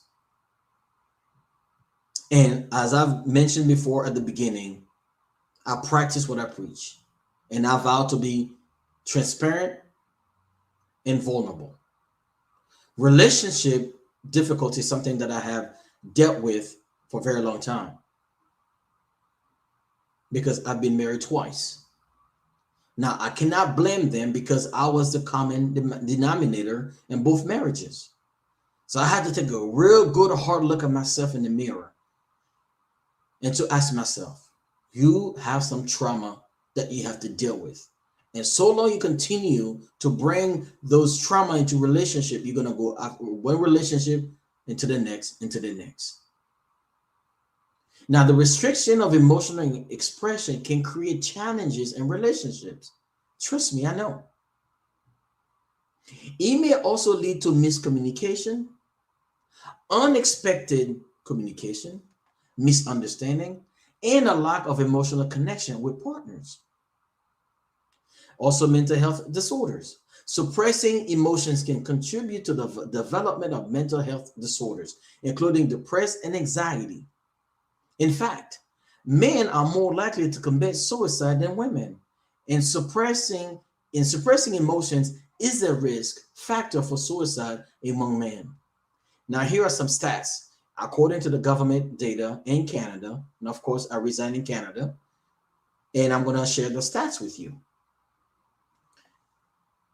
Between the age of 10 to 19, the suicidal rate among men is about 7.4%, where women is only 4.9%.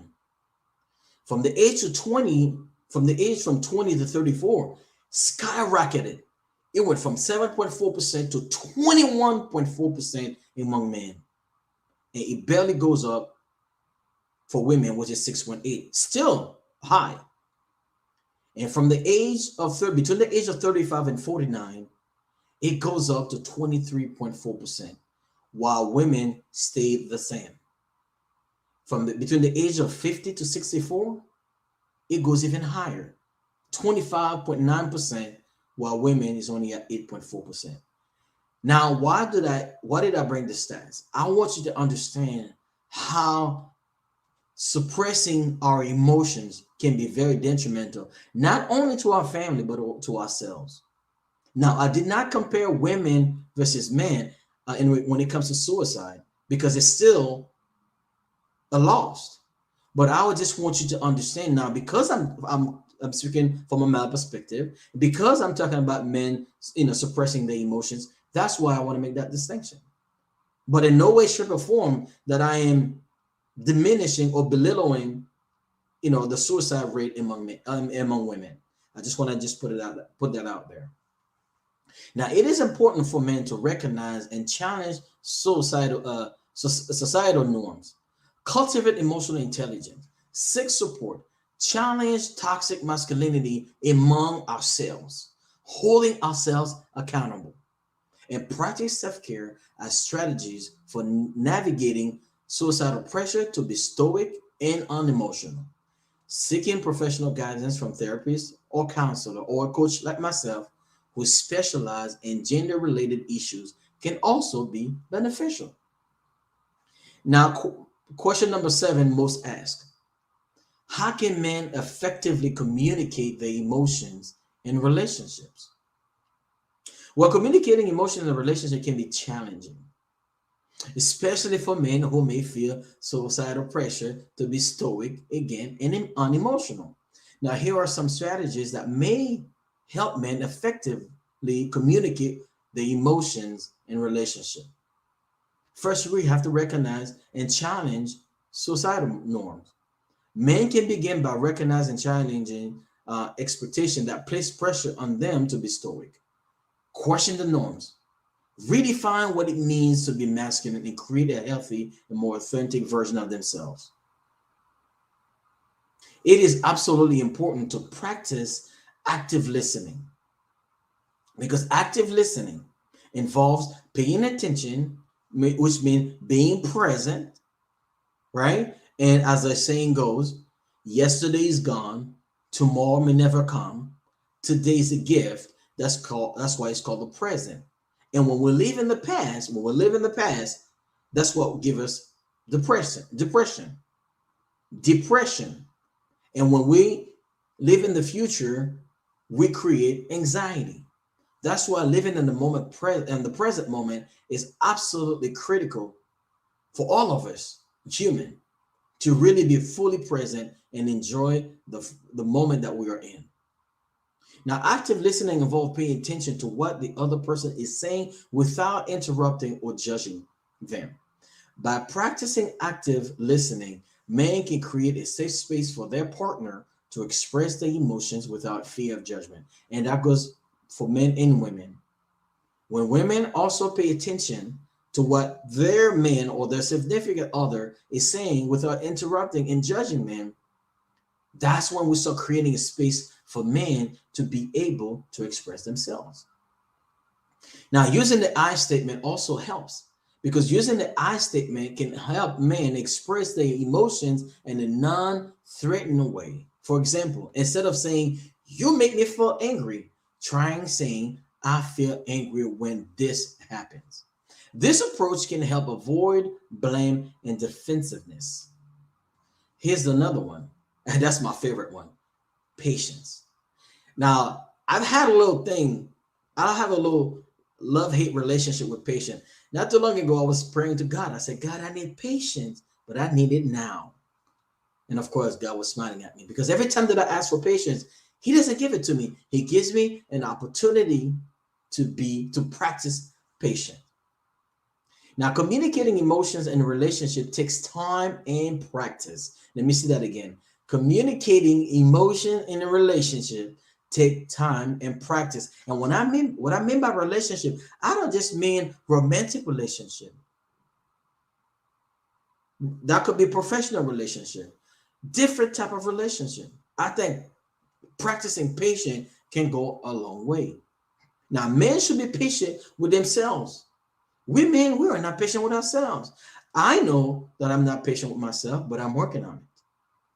Also, being patient with the partners as they work to build a stronger emotional connection. Question number 8 most asked. What are some common misconceptions about men and their emotions? Now, I could be talking for the rest of the day about the misconception, but I'm just gonna, for the sake of time, we're just gonna narrow it down. Now, there are several common misconceptions about men and their emotions, and here are a few. Men are more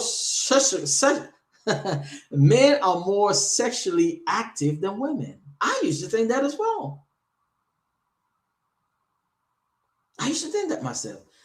This is a myth that perpetuates harmful stereotypes because sexual activity varies among individuals regardless of gender. Real men don't cry. Well, guess what?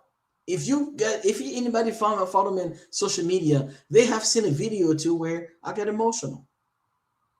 Whether I'm talking about my daughter or I'm talking about my son, I get emotional. Now, while there may be some differences in how men and women express emotions, research suggests that men experience a wide range of emotions similar to women. However, societal expectation often discourage men from openly expressing their emotions. Men are emotionally stronger. Now, emotional strength is not determined by gender. Men, like women, can face emotional challenges and may require support and understanding. It's important. I cannot stress this enough. It's important to challenge these misconceptions and recognize that emotions are a fundamental part of human being. You hear what I say? Human being, not human doing. Men should feel empowered to express their emotion in a healthy and constructive ways. The last most asked question is, how can men create a support system to address the emotional needs? Now, men can create a support system to address their emotional needs by following these strategies. Recognize the importance of emotional support. Men should communicate openly with their support by reaching out to friends and family members or mental health professionals. They can also join a group or online communities where they can connect with others who share similar experiences. Communicate openly. And I know it's not easy. It took me 3 long years to get to this point today. And I'm not asking you to do it overnight because this is not a sprint, it's a marathon. It's a lifelong journey. Now, in order for us to communicate openly, men should have a support system about their emotional needs. This can involve expressing their feelings, asking for help, or simply sharing their experiences. Be proactive. Men can be proactive in building their support system by reaching out to others and initiating conversation. They can also take steps to maintain existing relationships by staying in touch and showing appreciation for the support. Once again, practice self-care, engaging in different type of activities. It is absolutely imperative that men get enough rest, get enough exercise, and have a healthy, balanced diet. Because everything that we eat, and as I've said before for my clients, and the reason why I emphasize on that for people who might not know, I have over 20 years experience in the fitness industry. And I have seen how men being unfit or being unhealthy can affect their lives on so many different levels. Be it spiritually, because they get tired, be it financially, because they are not motivated enough, they're not motivated enough and for them to do what needs to be done. And I might even add, in the bedroom. So all of those things, all of those pressure adding on, and I will highly recommend to all men to seek a professional help for their their fitness, because it is absolutely critical that not only that we need to take care of our finance, we need to take care of our emotions, but we also need to take care of our physical.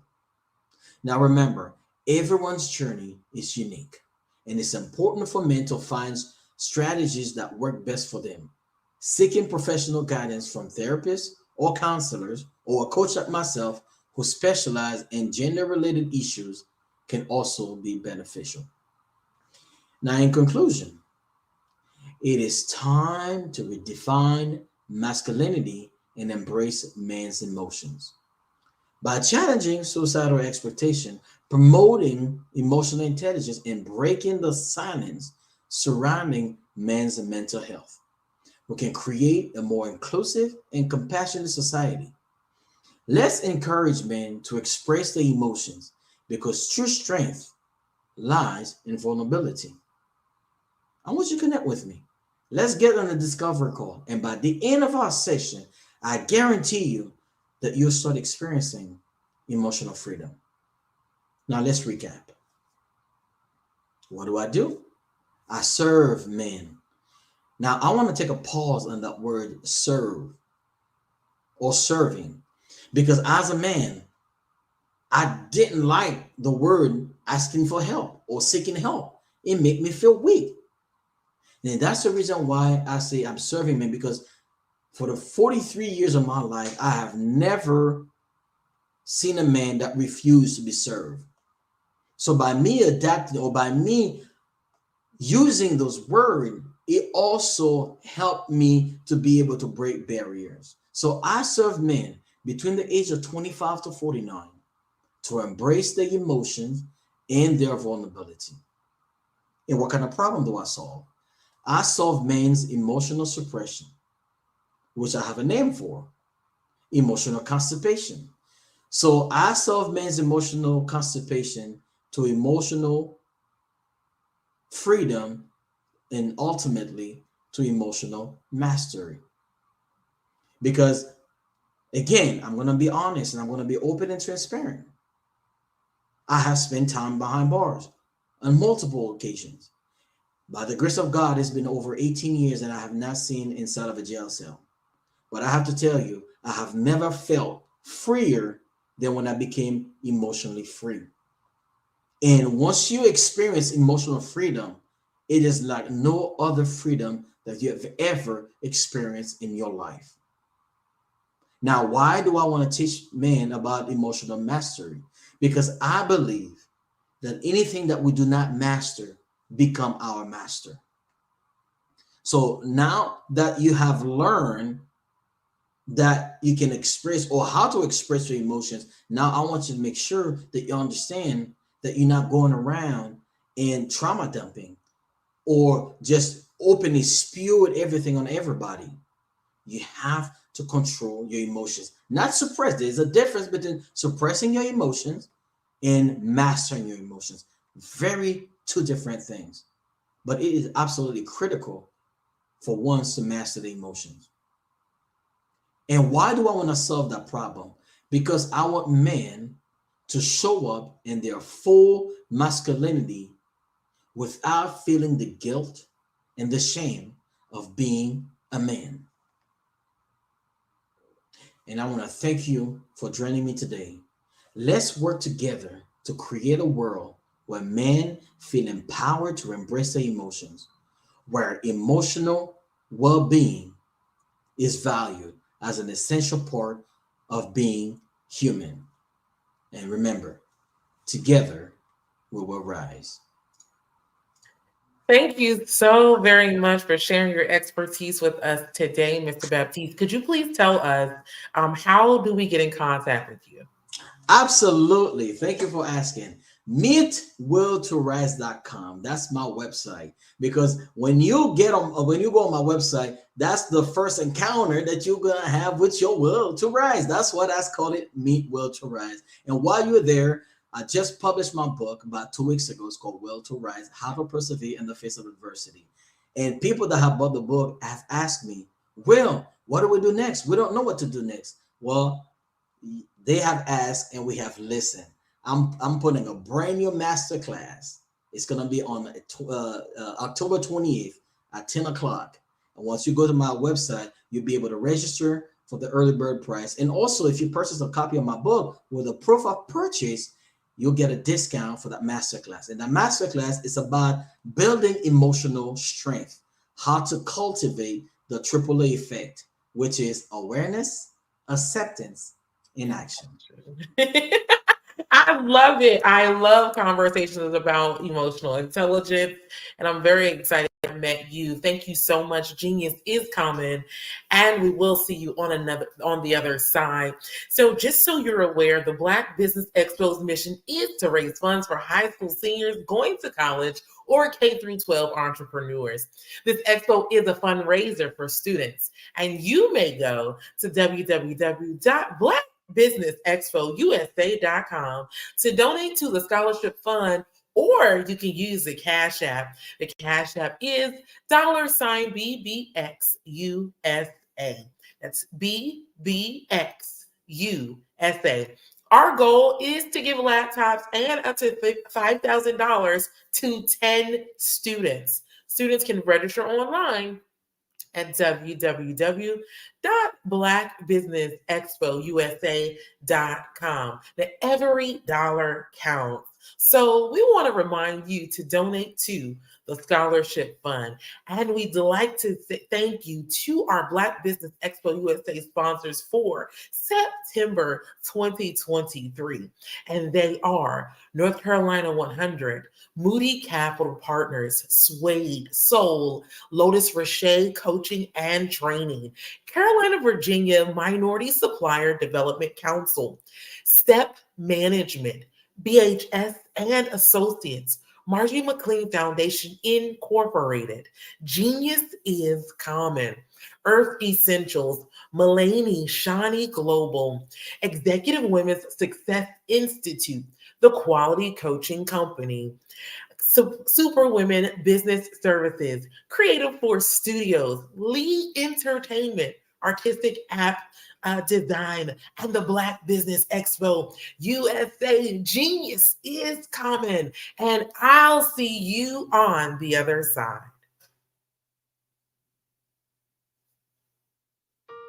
Hello, this is Israel, and I am CEO of Daydreams Interactive and author of Princess Planet. So, genius is common, and as a kid, I loved to daydream. Even as an adult, I love to daydream. And when my daughter became 6 and loved princess characters, but we just could not find the diversity that showed her, we created our own characters. So for instance, you have Princess Nulu right here. Princess Nulu is from Uganda, and her genius is that she loves to take care of animals. She can actually even listen and hear what they say. And then we have Princess Isabella right here. Princess Isabella, she's from Cuba, and her genius is biochemistry. One day she hopes to eliminate disease. Then we have Princess Nia right here. And Princess Nia is based off of my daughter. And she is what she wants to be, the greatest dancer alive. So that's her genius. So what's your genius? My genius is my imagination. Genius is common.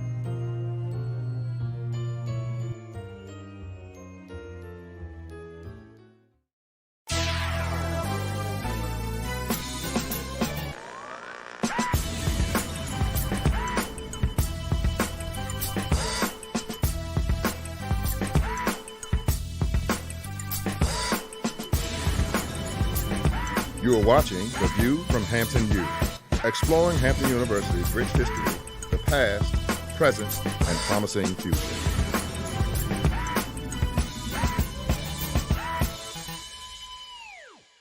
Welcome to Hampton University and The View from Hampton U. Today we're going to examine a movement that is said to be taking the nation by storm. The Genius is Common movement has emboldened young people throughout the nation, and that has also happened here at Hampton University. Let's take a look at what some of our students have to say about being a genius. Hi, my name is Gavin Harden, and my genius is to be able to give off positive vibes and spread a smile. Genius is common. My name is Brianna Lomax, and my genius is artistic expression through writing and showing compassion to everyone I meet. Genius is common. My name is Atia Strange, and my genius is the power of expression. Art is universal. I sing, I draw, I film, I photograph. Genius is common. My name is Maya Harris, and my genius consists of all the gifts that God has given to me. I am a giver, I am passionate about bringing ideas to life, and I have mastered the concept of finding the good in everything. Genius is common. My name is Diamond Sidmore. My genius is acknowledging the beauty in my own mistakes while challenging others to do the same in order to cultivate and grow. Genius is common. My name is Almajid Edwards. A lot of people think genius is about being talented or being smart. It's not true. Genius is about influence. Whether it's an equation, whether you're reading or writing, research, harmonies, what have you, genius is about the opportunity, the moment of impact where you can influence another person and uplift them. My genius is poetry. Genius is common. Hampton University has a long-standing history of supporting geniuses and the movements that they create. For example, General Chapman Armstrong established this great institution in 1868. And did you know that Booker T. Washington was also an alum of Hampton University? I could go on and on about the geniuses who've come through these doors and have exited to go out into the world to make a great difference. That's what's important to us. That's what's important about the Genius is Common movement. What is your genius? You should take the time to think about that today. So thank you for watching The View from Hampton U. And remember, genius is truly common.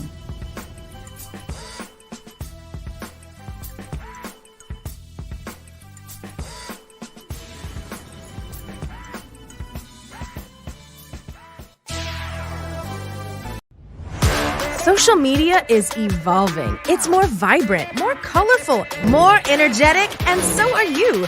It's not just photos anymore. It's video, it's audio, it's subscriptions. And now there's Fanbase, a new monetized social network. Fanbase delivers the complete native app experience with full content monetization for every user. No algorithms that shadow ban your engagement or growth, and no ads.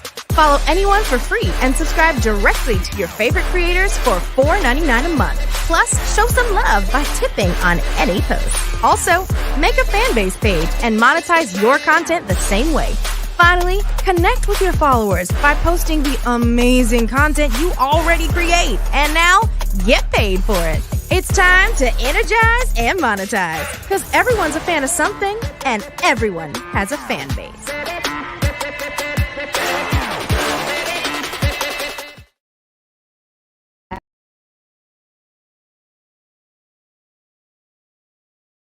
Absolutely. So our coaching program help people that have the lack of time, that lack strategies, and lack the confidence to go after their dream life. So we help them implement tools. We help them implement, I love to leave the inherited lack of finances or the education behind finances. But it wasn't until I lost my firstborn, my only son, that life changed for me. And where I was going after it all, living the corporate life, hit my 6-figure income, and living in my dream house with my dream man, driving my dream car. Wow. I nearly lost it all when I lost my son. And so I realized it only takes one financial catastrophe that can change your entire life. That's what made me start All New Beginnings. Because no matter what's going on in life, there's a new beginning. And because of that, we develop a program called Wise Minded. My little slogan is, don't just dream it, let's live it. If they want to connect with you or work with you, what is the best ways for them to be able to do that? Well, for my social media guru, you can connect with me on every single social media platform as Tanya T. Morris. Are you a forward-thinking entrepreneur or business owner? The world is changing faster than ever, and it's time to pivot and adapt to the future. Hello LLC is here to help you do just that. Hello stands for helping enterprises leverage leading-edge optimizations. Our innovative solutions can streamline operations, reduce overhead costs, and give you a competitive edge in a market projected to reach $5 trillion by 2030. By pivoting to the metaverse, businesses can tap into a rapidly growing market that is projected to be a significant part of daily life for 25% of Americans by 2026. As a full digital metaverse agency, the Hello LLC can help you create custom solutions to streamline operations, increase productivity, reduce costs, and drive brand recognition. Why should you pivot to the metaverse with the Hello LLC? By leveraging cutting-edge technology, you can provide immersive experiences for your customers, expand your global reach, and unlock new revenue streams. Contact us today to make the pivot.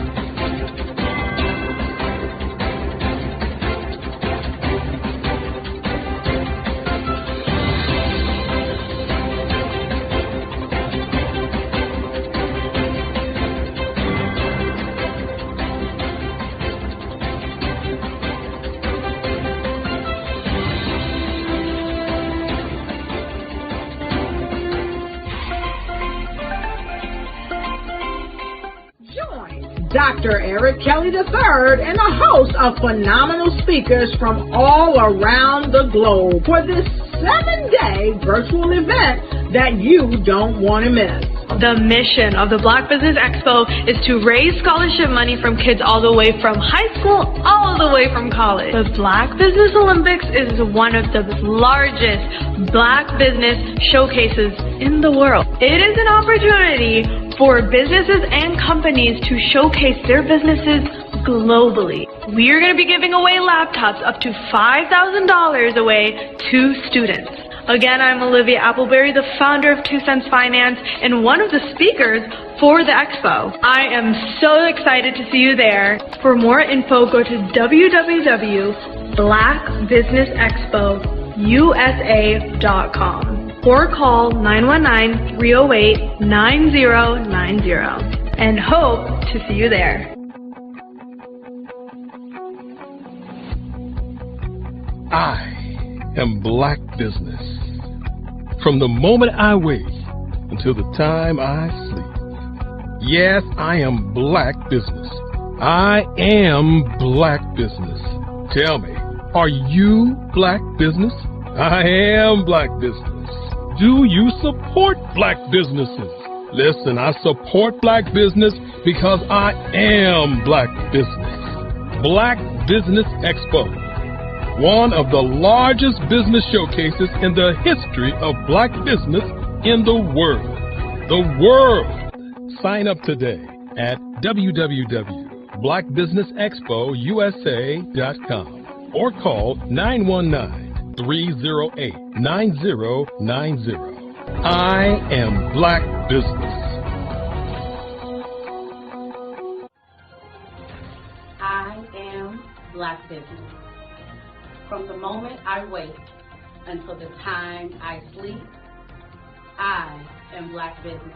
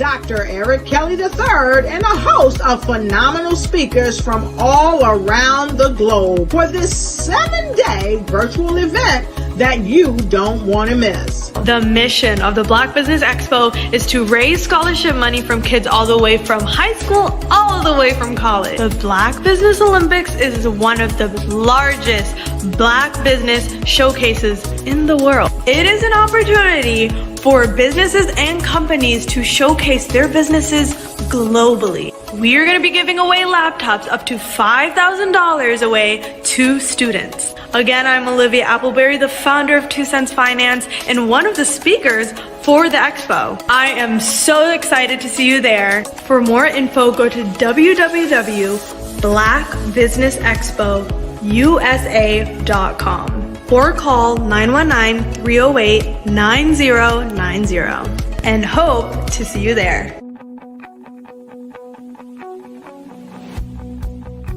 I am Black Business. From the moment I wake until the time I sleep. Yes, I am Black Business. I am Black Business. Tell me, are you Black Business? I am Black Business. Do you support Black businesses? Listen, I support Black business because I am Black Business. Black Business Expo, one of the largest business showcases in the history of Black business in the world. The world! Sign up today at www.blackbusinessexpousa.com or call 919.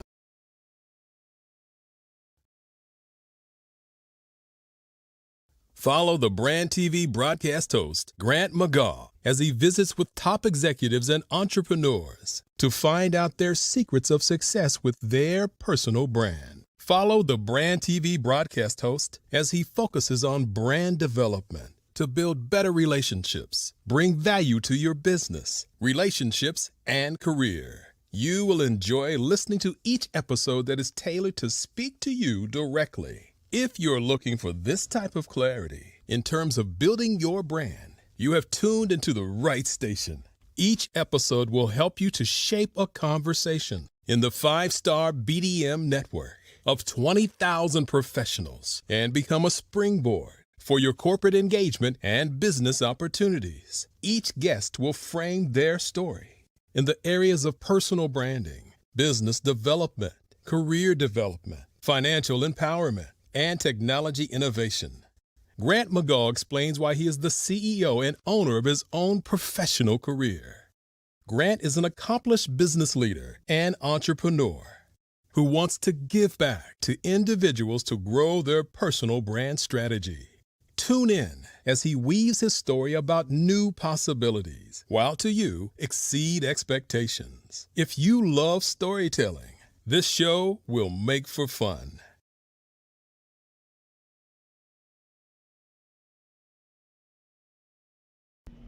Why do I do what I do? You know, my life coach asked me that a few years ago. And she said, Tony, what's your why? And I told her, and she said, girl, you've already accomplished that. Perhaps you need a new why. Hi, Tony Harris, Amy Hoydu with Say It Said Marketing, one of your students. And just wanted to say thank you, Tony Harris, for spending so much time with me and giving me that boost in my business that I so drastically needed.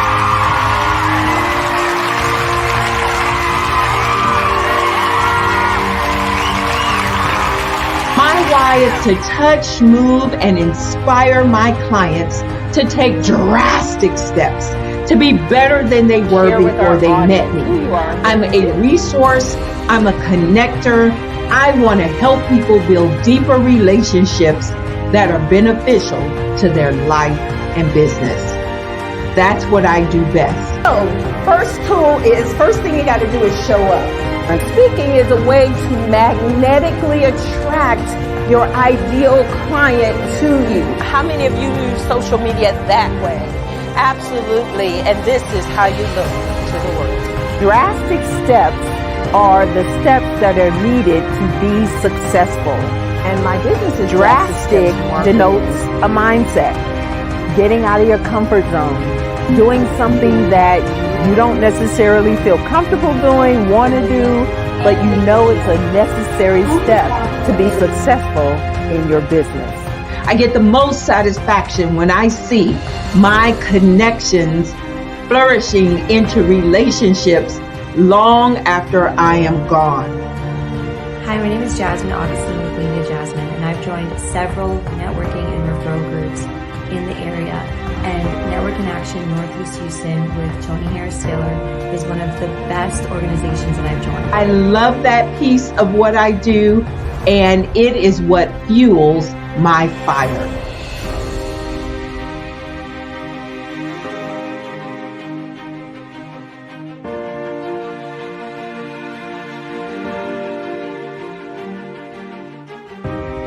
My name is Tony Harris Taylor, saying take a drastic step today for a fantastic tomorrow.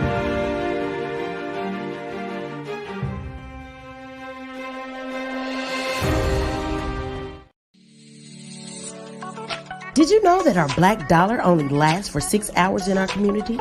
Yet other communities, their dollars last for 19 to 30 days. The Black Wall Street Nation. Black Wall Street Nation. Yes, that's why we created the Black Wall Street Nation. Black Wall Street Nation is a centralized directory available to all black businesses across the world. It was created for businesses like you, the ones that want to start and the ones who have a dream that have already started, such as businesses like Drop in a Bucket Productions, Valito Foods, Sugar Tea Brandy Firm, All the Dazzle, Bun Cakeaholic, Miss Riot, and you. We'll have marketing, seminars, and some funding coming soon just for you. So, we want you to come and join us at www.blackwallstreetnation.com. See you there.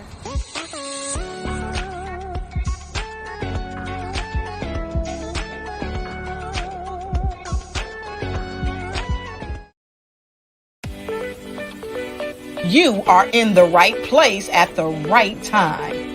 The Black Business Network opens again for its Black Business Olympics, a 24/7 broadcast on business, strategies, global branding, social media marketing, finance, advertisement, and much, much more. Featuring the top, most powerful entrepreneurs and speakers and thought leaders from all around the world as they gather together for this phenomenal event. Join the Black Business Network streaming live into the metaverse, STEM City, USA, Black Multiverse, Pod TV, Roku, Hulu, iHeartRadio, Apple TV, YouTube, TikTok, Instagram, Google Podcasts, Facebook, LinkedIn, IBM TV, Spotify, and Twitch. Tune in today and be a part of this amazing movement. The Black Business Olympics welcomes you.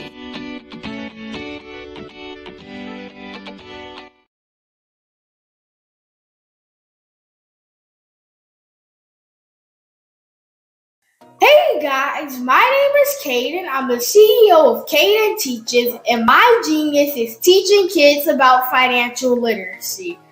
Throughout my financial products, such as my financial flashcards, my activity book, and my newest project, my financial bus, which I bought.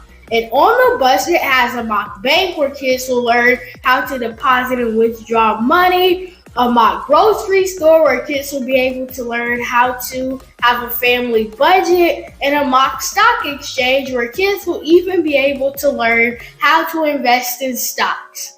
Now, I decided to start teaching kids about financial literacy because I find that most kids graduate high school without even knowing the basics about financial literacy. And I feel if I were to teach kids about financial literacy, that I would be able to help kids tap into their genius. And I actually learned about financial literacy with my dad because I would go to business meetings with him and I would always see that they were talking about financial literacy. And at that point, I didn't understand what financial literacy was. So I took it upon myself to learn about financial literacy and teach it to kids in a way that they could understand. But I want you guys to help me help kids tap into their genius by going to my website, cadenteaches.com, and you can sew into me in my financial bust by going to my GoFundMe link. And remember, if Caden can, you can too. Because genius is common.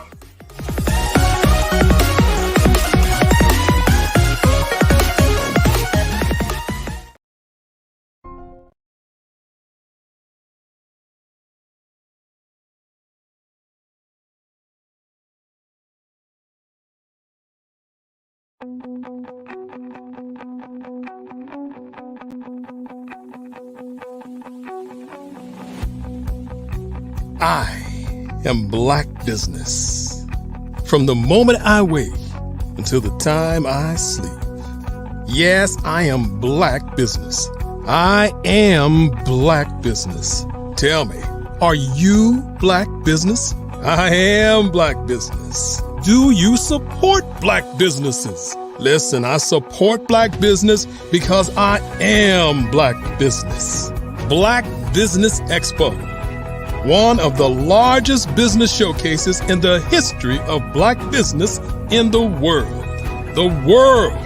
Sign up today at www.blackbusinessexpousa.com or call 919-308-9090. I am Black Business.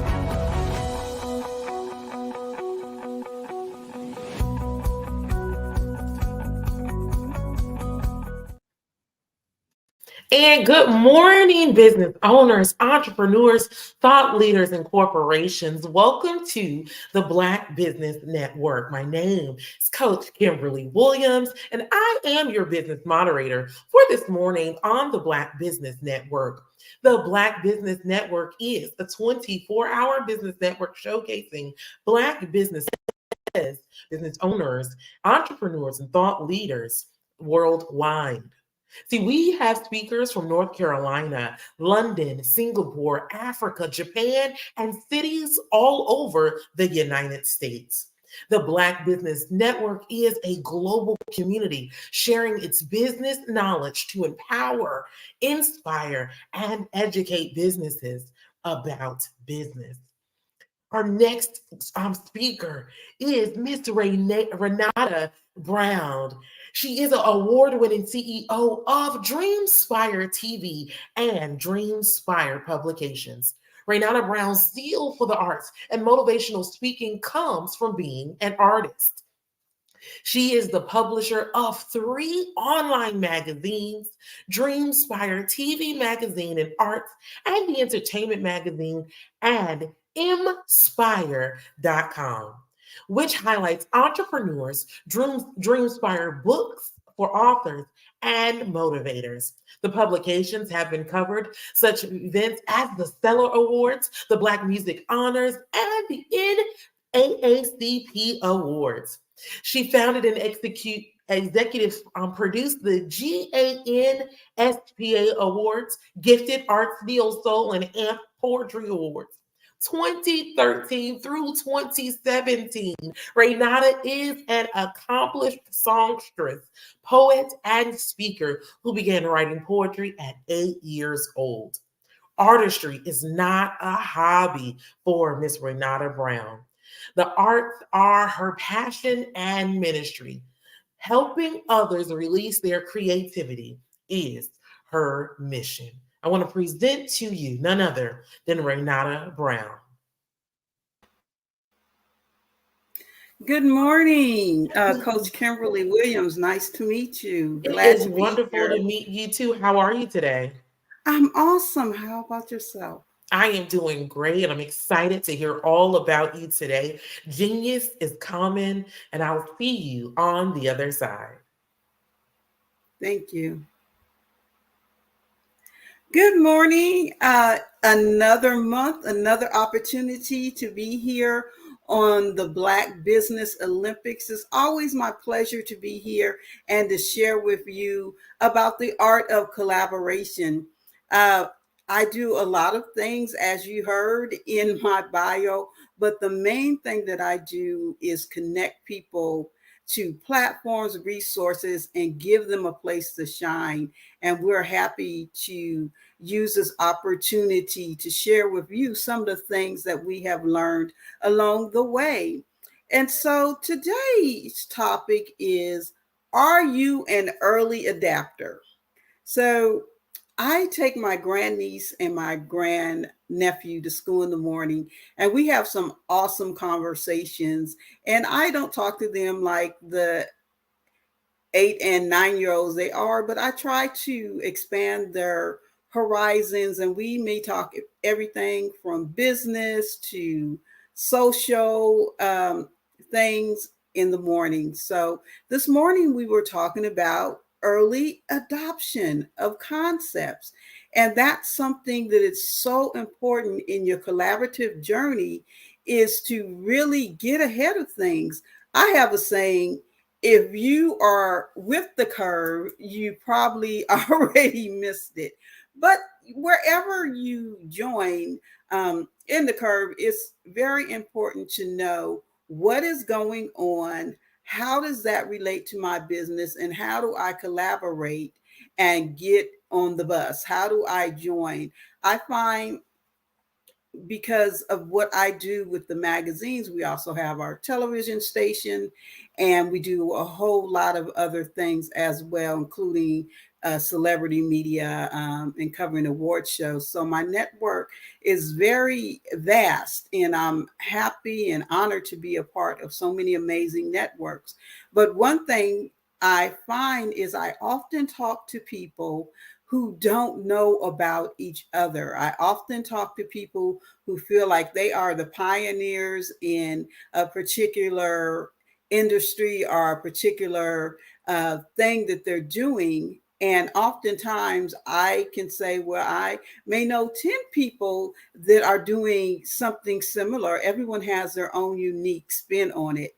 But I think a lot of opportunities are missed because we're not early adapters, and we don't know other people that are a part of the things that we want to do. So we're maverick and we're doing things out on our own, when if we work together with other people that are like-minded and want to take on new technologies, new platforms, new opportunities, then our strength can be more going in there. So being an early adapter is important, especially as a Black entrepreneur. We need to know what's going on ahead of time. I had the privilege to be an early adopter of the streaming technology.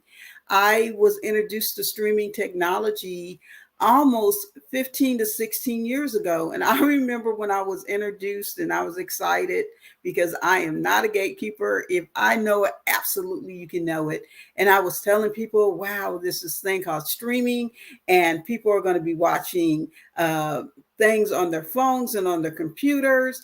And people used to not quite laugh in my face, but almost laugh in my face that, oh no, people are not going to watch things on their television screen and on their phones. That's way out there. That's not going to happen. And now we know that most people get their informations either through the internet or through their phones. So being an early adapter of that technology, it gave me a chance to get ahead of it, to understand it, and to decide whether I wanted to be a part of it. Now, early adaptation doesn't mean that you are automatically going to jump on to whatever the technology or platform is, because you can find yourself with people say, and I agree with the shiny object syndrome, where you're just head is turning here, here, and there. So that's not what I'm talking about. I'm talking about really understanding technology as it comes about and doing an evaluation and saying, is this something that I want to have as a part of my business in the future? And then looking around to see other people that may be interested in the technology. I can tell you, just sitting here today, there's some things that I've already been on my phone seeing about. And actually, one of my business partners, I saw her on here as well, and other people that I know that are part of the Black Business Olympics. I've had the honor to be a part of the Genius is Common movement for almost 8 years. So you could say I was an early adapter in that movement as well. And now we know that it has reached well over 10 million people. So knowing what's out there, sharing, collaborating, and finding like minds is one of the first steps to early adaption. And so that can happen in different categories. So there's technology. Now, we know that all the rage now and everyone is buzzing about AI for the good or for the bad. But those of us who have been in the technology industry, like myself, I've been in technology for a while now. I actually pursued my master's in information technology. I did not complete the program in transparency because I'm also a creative, so that those two kind of fall. But I am a very technical person, and I'm always looking to see how can I use technology to further what I'm doing. And one of the first things you have to do is understand it. AI is nothing new. AI has been around, I would say, at least 25, probably closer to 50 years in some form or another. But what happens is, first you have the technology is created, of course, and then the technology is tested, and then it goes into the beta stage. And a lot of us come in at the beta stage, and we're kind of like the guinea pigs, so to speak, to work out the kinks of the technology. Now, beta stage can last well into the launch of a product or a service. So even though a service might be up, collecting revenue and doing other things, it still can be beta from the standpoint that it is not widely adopted yet. They have a group of core users that are testing it out, and a beta test can be something simple as 5 users, or it could be hundreds of thousands of users. It depends on how big the platform is that is being adopted.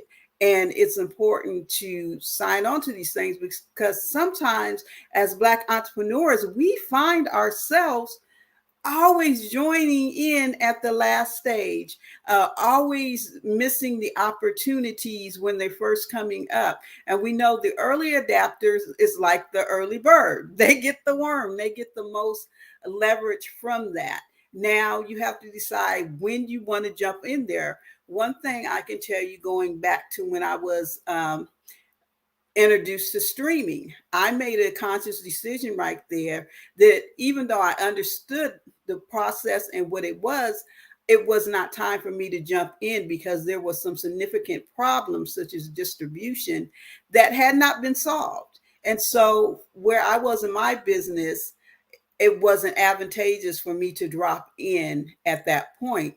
But I did understand it. So when I did decide to drop in, I was able to make educated decisions because I had already been introduced to the technology and have checked it out. Now, AI, many of you might know me from Clubhouse. I used to teach a room there. And it's an author's room, and we're taking it to different platforms. So look out for us, my LinkedIn family, and we probably going to take it over to TikTok as well. But the name of the room is You Gave Birth to the Book, and Now You Have to Raise It. And in that, we discuss many issues of being an author, everything from people that did were thinking about writing books to, I think the most person that I've ever met in our room had actually published 89 books. And I was like, wow.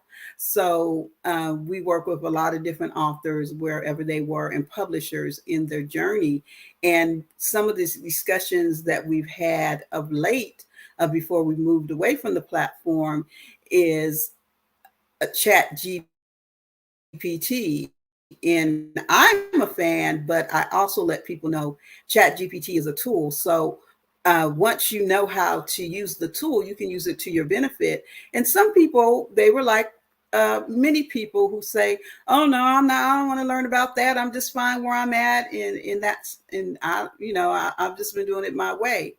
And you can take that attitude, and some do. I like say, if it's not broken, don't fix it. But a lot of times we miss out on opportunities because we don't investigate the new technology that is out there. And a lot of times by the time it gets to us, it's really truly not new. It's just in that stage where it's being widely used. And so with that, I checked it out. I was like, I can use this in many aspects that I do, but I approached it as not being a substitute for me writing, but being an aid and an enhancement. And I find myself using it quite a bit. And so now I see so many other applications, but because I'm educated in it, I can make that decision myself whether I want to be an early adopter. Other things that happen is I'm going to talk about organizations in a minute, being early adapters and those. But one thing that happens is, man, you know it, there are so many social media platforms.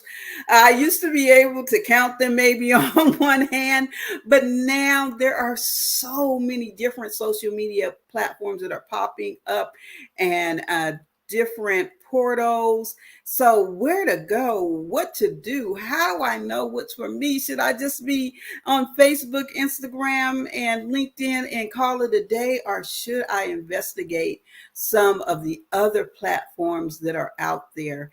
And I'm going to say investigate, and you can decide. I can give you my personal experience with TikTok. Now, of course, TikTok has been around for a while, and I thought, like everybody else did, it's just a place to watch people dance and all this kind of thing. And I didn't take it seriously, wasn't really interested in it.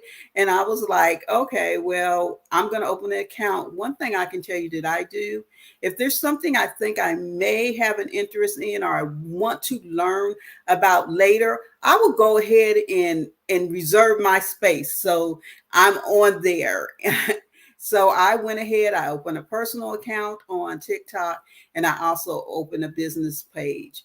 And last year, and I've talked about this before, here they had something called the Black Girl Follow Train, where you can pick up a lot of followers.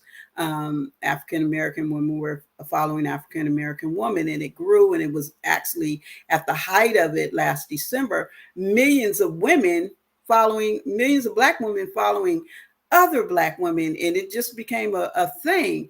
And so I was saying, well, I'm already on here. I don't have to start from scratch, but almost. So I only had I had my two accounts, and let me tell you, between my two accounts, one I hadn't even posted on for a whole year.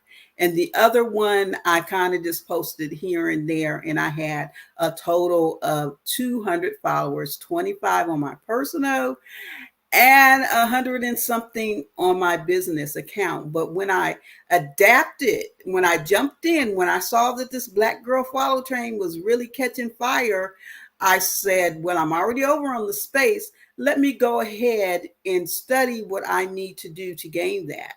So here it is, September, not even a year later, and I grew my account because I got in early on the Black Girl Follow Train. I adopted it, and I grew my account from 2 accounts with only 200 people. Now I have 3 accounts, and I have over 13,000 followers between those accounts.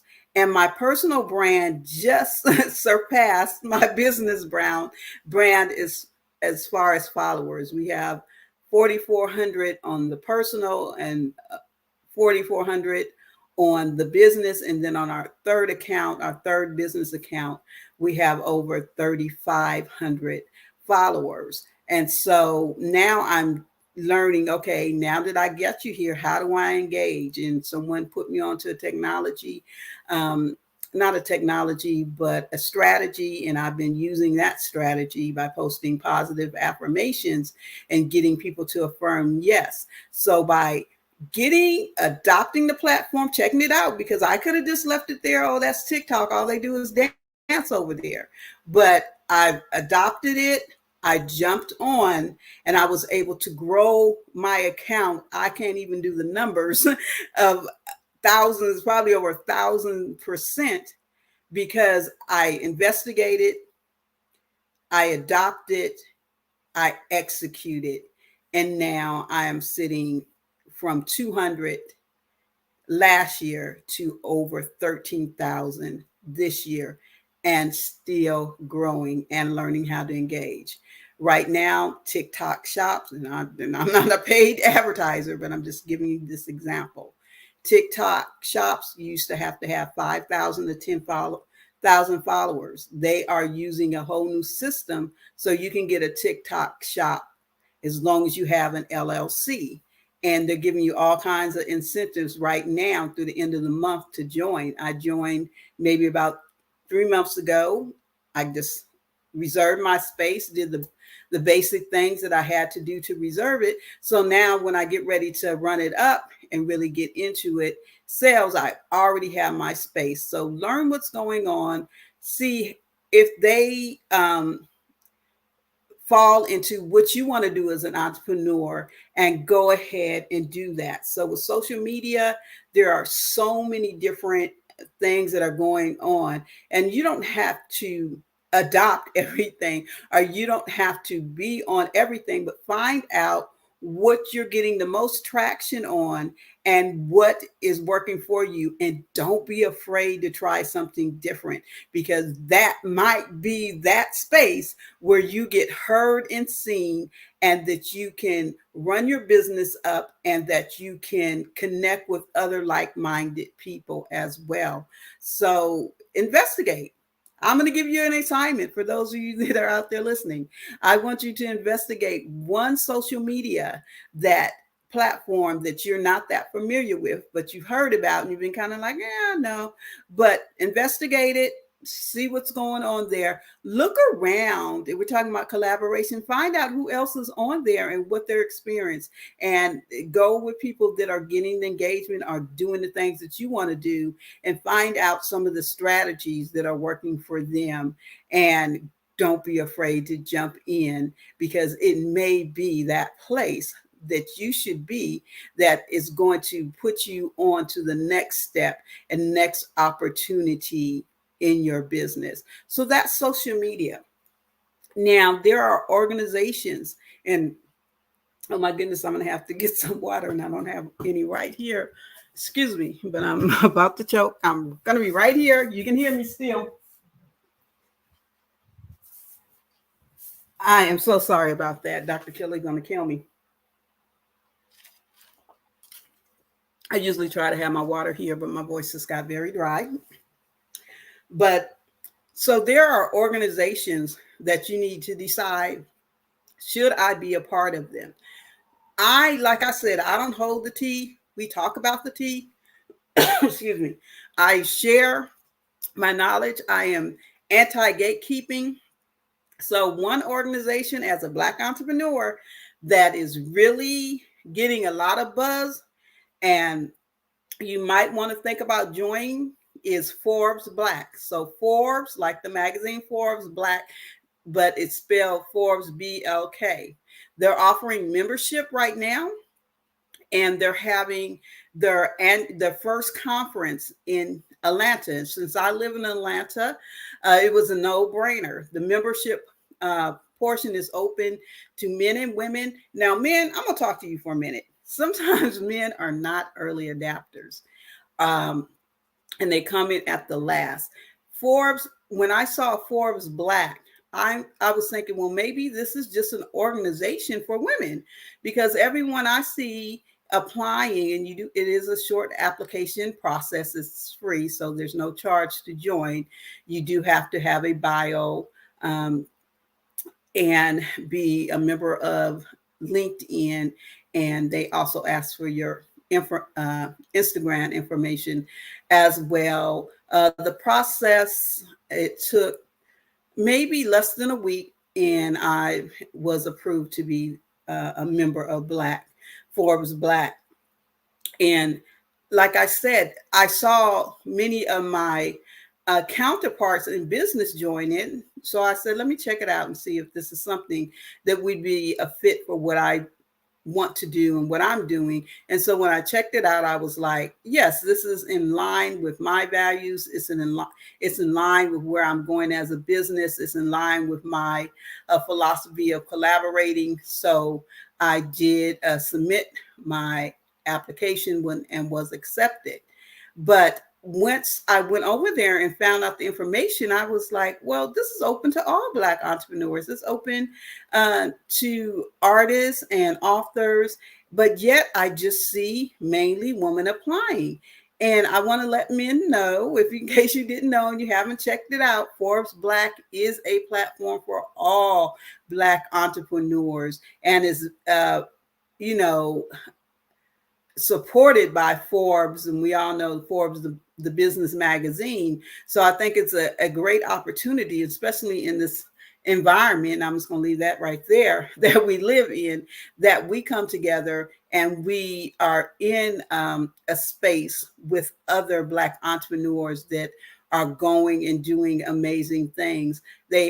Once you join, you are able to get in a members only platform on Slack. And here again, I've heard of Slack, never really was into it, but I've been getting a lot of engagements from Slack as well. So here's another platform where I really have to dig in, but because I joined Forbes Black, then I'm already in the Slack community and can learn about it from the inside and not from the outside. So join organizations that will take you further than you can go on yourself, because as always, we are talking about collaboration. And I pulled up some hold on, I got two computers and two mouses. I pulled up some information about different organizations that we can join. I know you can join organizations, and you can also volunteer for those organizations. I got to meet and be in a room with Ambassador Andrew Young because I was volunteering at an organization, and he was one of the keynotes. And I also, at that same conference, met a lot of other people by volunteering. Most organizations have an opportunity, if you don't want to join, that you can volunteer at some of their functions and get opportunities that way. But there are many organizations that are out here for you to join. And I want to just take a minute too to say the Black Business Network, congratulations if you're a speaker today or speaker this week, or you are watching it or watching on the replays, or some you ran across and stumbled across this, then I encourage you as a Black entrepreneur, take advantage of the Black Business Network. It's for a worthy cause, and it is also a platform where you can share your genius and you can collaborate. Just like I said, when I was sitting here watching the commercials there, I saw one of my business partner has a commercial here. I didn't know that. And then I also, a person that I've collaborated with some stuff on Clubhouse. And of course, like I stated before, I've been a part of the Genius is Common movement for almost 8 years. So I always enjoy watching the videos, even the ones I've seen dozens of times, but some of the new ones are awesome as well. So take advantage of platforms like the Black Business Network, the Black Business Olympics, Genius is Common, and collaborate. Don't just be a part of something and and just be in and out. Make sure that you're an active part. So in my company, we put people on stages, whether it's magazines, events, and of course we do what we do in the celebrity space as well.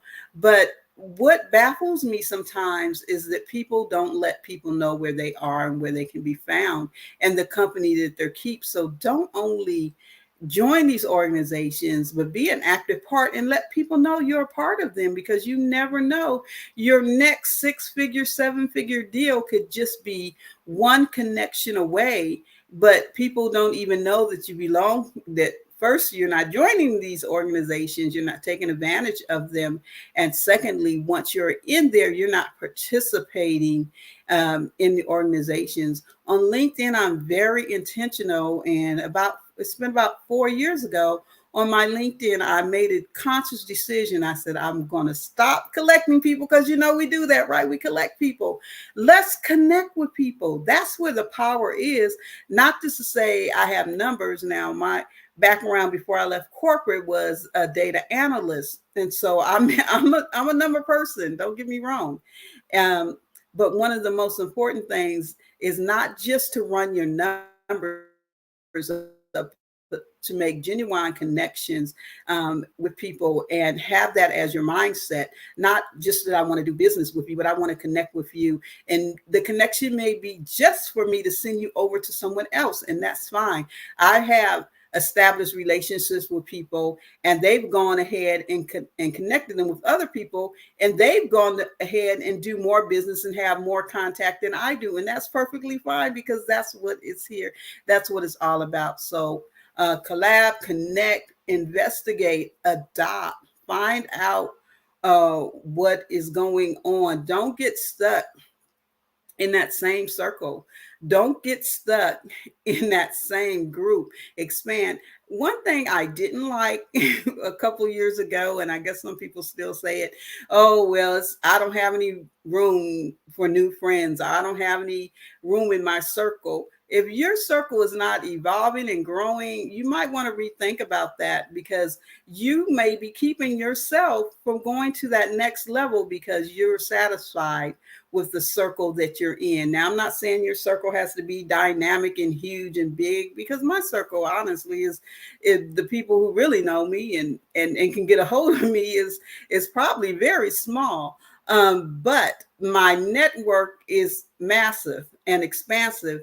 And I'm always looking to connect with people that are going in the same direction that I am. And I always say, what is going in the same direction? So they can be on the road and they can be behind me, but they're moving up. So sometimes you have to reach back to the people that are behind you and bring them up to speed. Other people will walk with you. We're walking, we're collaborating, we're on the same road, we are in sync, and we're moving together. And then it's that other group of people, those that are ahead of you, those who you aspire to be like, those who you want your business to complement, those of you who are accomplishing the things that you are. And wherever you are in your journey, there's always going to be somebody behind you. There's going to be someone that is walking beside you, and there will be those that are walking above you. A lot of time we take on these sayings, but we really don't think about what we're really saying when we're saying just our circle. I don't have room for no new friends. All kinds of sayings that we say, but sometimes we just say them and we don't really think about the implications of what we're saying. I'm all about let's go together, let's collaborate, let's move on, and let's be early adopters of technology. Let's be early adopters in organizations. Let's be early adopters in different social media that are taking us in the spaces and the places we want. It may not be apparent at first, but at least reserve your space. I was accepted into the beta program for Hulu to do commercials. More than a year ago. We haven't ran a commercial because I wanted some certain things to be in place. But when that opportunity arose, I went ahead and said, I want to be in this beta program. I want to be an early adopter, and I'm going to hold my space there. So when I'm ready, just as with streaming, I've already have my space. I'm not trying to get in. I'm not trying to be in after they stop the beta program and probably charge 5 arms and 2 legs. I reserve my spot in that program. So now that I'm in the position to move and actually take advantage of it, I'm already there. And that's what early adoption can do. It can get you the competitive advantage in there. It also can give you access to untapped markets. I'm always looking for people that need to be tapped into, and we never know if we stay in the same place and we don't go up. It can, as I stated before, it can help you with network building up your network. And one thing I do agree with, your network is your net worth. So watch the people and keep expanding the people that you are around. You look to join other networks. So if I can give you some homework, one is to check out a new social media network that you're not familiar with, but you kind of heard of. Number 2 is what I want you to do is go and join an organization. Be a part of an organization, whether it's volunteering, join it, check it out. And the third one is adopt a new platform, adopt a new platform that you're not familiar with. So do those 3 things, check out and be an early adopter so that you can take advantage of the competitive advantage, access to untapped markets, network. I know I'm excited about the Forbes Black coming to my adopted hometown, Atlanta, because I'm looking. It's 2 days and I'm like, I'm going to be networking.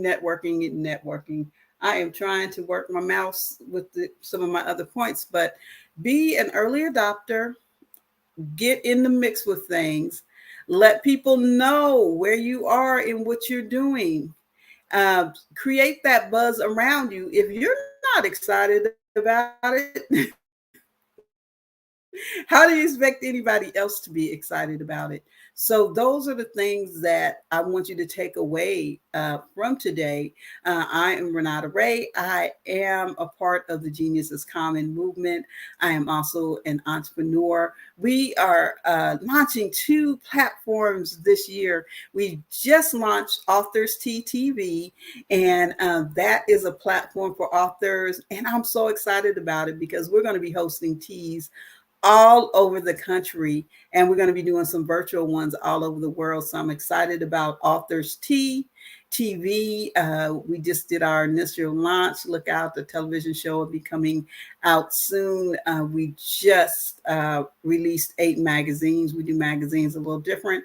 So definitely look out for Authors Tea TV, the television show, and the magazine. And if you're an author out there, we do have opportunities. Usually I don't do a PSA, but I am excited about the things we have coming up. And as we enter into, I can't believe like this month is going to be over already. As we enter into the end of the year, we are also looking for people that want to participate in our Who's Who. And we are taking Who's Who to television. So we're, I'm in the celebrity space and that's fine. And it's great. We've had some amazing interviews with people like Tamala Mann and so many others I can't even begin to name. But my Who's Who is the Who's Who of entrepreneurship, of authorship, of artistry. I want to shine a light on you and the magnificent things that you're doing on Who's Who TV. And we'll do our annual Who's Who's magazines. And for those who know about our platform, we don't just do one magazine at a time. The most we've had for our Who's Who's is just, and I want to bust that out of the water this year, is 30 people on 30 different covers. So if you're doing amazing things and you want to be a part of what we're doing, definitely check us out. You can just do dreamspiretv.com, dreamspirebooks.com. We have an amazing online bookstore with over 200 authors. We would love to have you a part of that. My universe is ever expanding. I'm always adopting early. And I want you to do the same thing to be a part of what is going on in your world and reaching out and being a part of different organizations. I think I have a few minutes here, so I'm going to, if I can get this other computer acting right, I'm going to give you some examples, some organizations that I look. So there is the African American Chamber of Commerce. There's the Black Enterprise, the Minority Business Enterprise Input Committee. There are many Black organizations, old ones that you know about, the NAACP, many organizations that you can join and be a part of. Thank you so very much for your genius today, Ms. Renata. We have very much enjoyed you. Could you please let us know where we can contact you? So dreamspiretv.com, you can contact us there, or dreamspirebooks.com. You can see in my name, Dreamspire. Take the space out, tv.com or dreamspirebooks.com. Or you can find me at a local organization or hanging out at the Black Business Olympics every month, Tuesday at 10 o'clock. I'm here. Awesome. Thank you again for your time. Genius is coming, and we will see you on the other side. Absolutely. Thank you. The Black Business Expo's mission is to raise funds for high school seniors going to college or K through 12 entrepreneurs. This expo is a fundraiser for students, and you may go to www.blackbusinessexpousa.com to donate to the scholarship fund, or use the Cash App that's on the screen below. The Cash App is $BBXUSA. So our goal is to give laptops and up to $5,000 to 10 students. Students can register online at www.blackbusinessexpousa.com, and every dollar counts. So we want to remind you to donate to the scholarship fund. We'd also want to thank our Black Business Expo USA sponsors for September 2023. And they are North Carolina 100, Moody Capital Partners, Suede Soul, Lotus Richey Coaching and Training, Carolina, Virginia Minority Supplier Development Council, Step Management, BHS and Associates, Margie McLean Foundation Incorporated, Genius is Common, Earth Essentials, Mullane Shani Global, Executive Women's Success Institute, The Quality Coaching Company, Superwoman Business Services, Creative Force Studios, Lee Entertainment, Artistic App Design, and the Black Business Expo USA. Genius is coming, and I'll see you on the other side.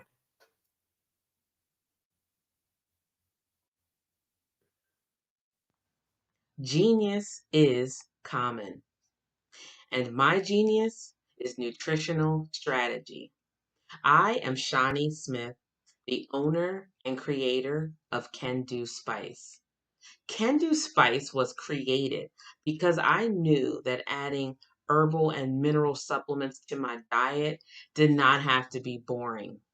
In fact, because I'm a food enthusiast, I knew I could create something flavorful and explosive that also had the benefit of adding herbal supplements such as sea moss, bladderwrack, burdock root, and black seed, just to name a few. I invite you to take this journey with me where we come together and take control of our nutritional health. It is my way of sharing my genius, the gift of flavor and the healing power of herbs to the world. What is your genius?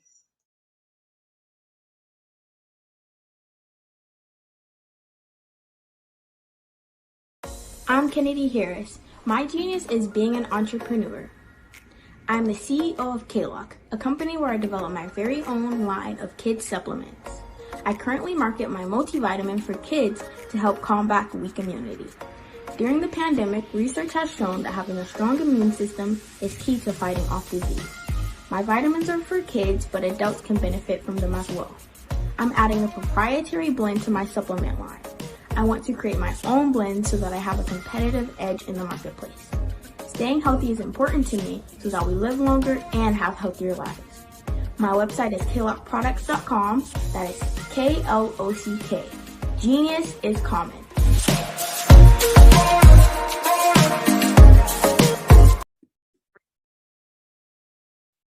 Hello, I'm Dr. Madeline Ann Lewis, President and CEO of the Executive Women's Success Institute. And my genius is helping women accelerate the path to success.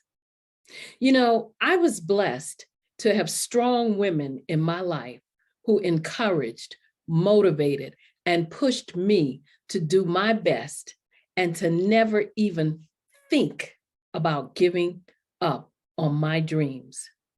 So I say to women, we must show up to rise up. We have talents and potential, but who will see them if we don't speak up and get noticed?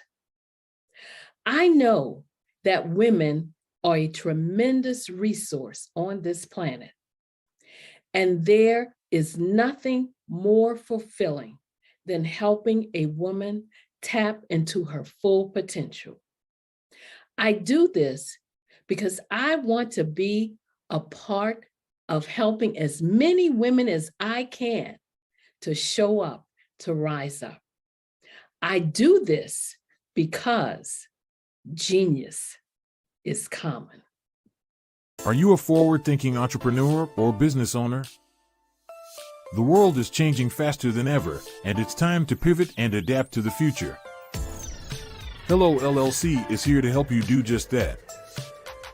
Hello stands for helping enterprises leverage leading-edge optimizations.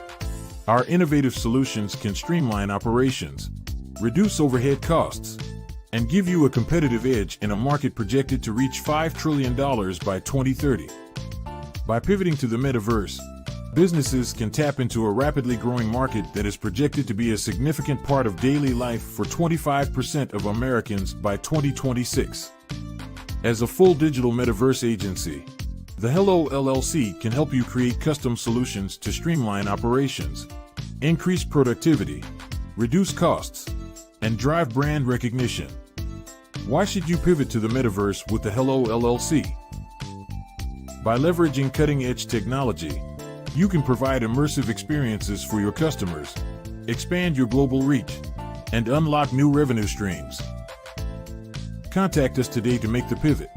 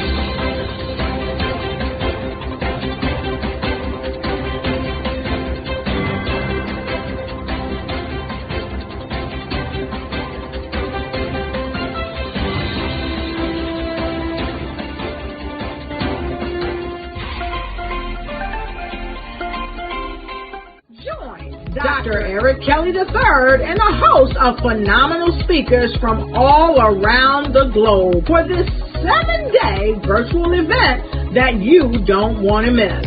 The mission of the Black Business Expo is to raise scholarship money from kids all the way from high school, all the way from college. The Black Business Olympics is one of the largest Black business showcases in the world. It is an opportunity for businesses and companies to showcase their businesses globally. We are going to be giving away laptops up to $5,000 away to students. Again, I'm Olivia Appleberry, the founder of 2 Cents Finance and one of the speakers for the expo. I am so excited to see you there. For more info, go to www.blackbusinessexpousa.com or call 919-308-9090 and hope to see you there. I am Black Business. From the moment I wake until the time I sleep. Yes, I am Black Business. I am Black Business. Tell me, are you Black Business? I am Black Business. Do you support Black businesses? Listen, I support Black business because I am Black Business. Black Business Expo, one of the largest business showcases in the history of Black business in the world. The world! Sign up today at www.blackbusinessexpousa.com or call 919-308-9090. I am Black Business. I am Black Business. From the moment I wake until the time I sleep, I am Black Business. I am Black Business. Are you Black Business? I am Black Business. Do you support Black businesses? I support Black business because I am Black Business. Black Business Expo, one of the largest business showcases in the history of Black America in North Carolina. Join Dr. Eric Kelly III and a host of phenomenal speakers from all around the globe for this 7-day virtual event that you don't want to miss.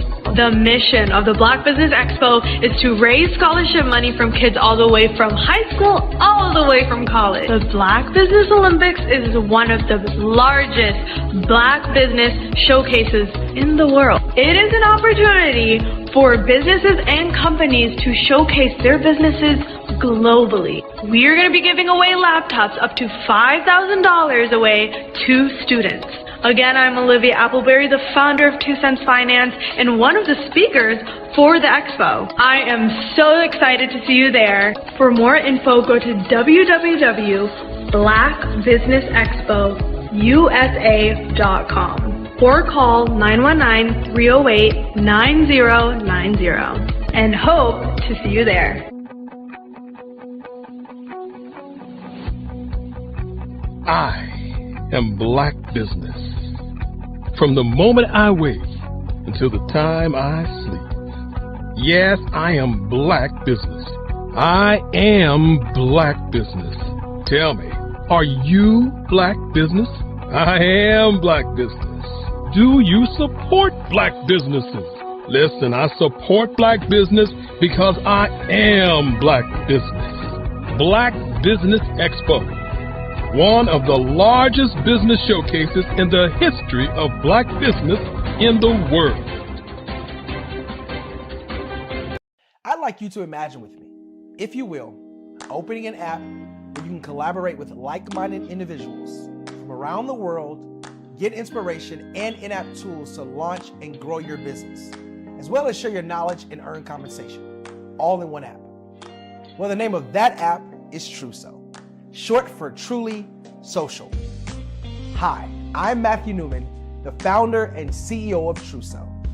A new concept in social media, Truso is designed from the ground up to be a platform that's both social and empowering for all its users.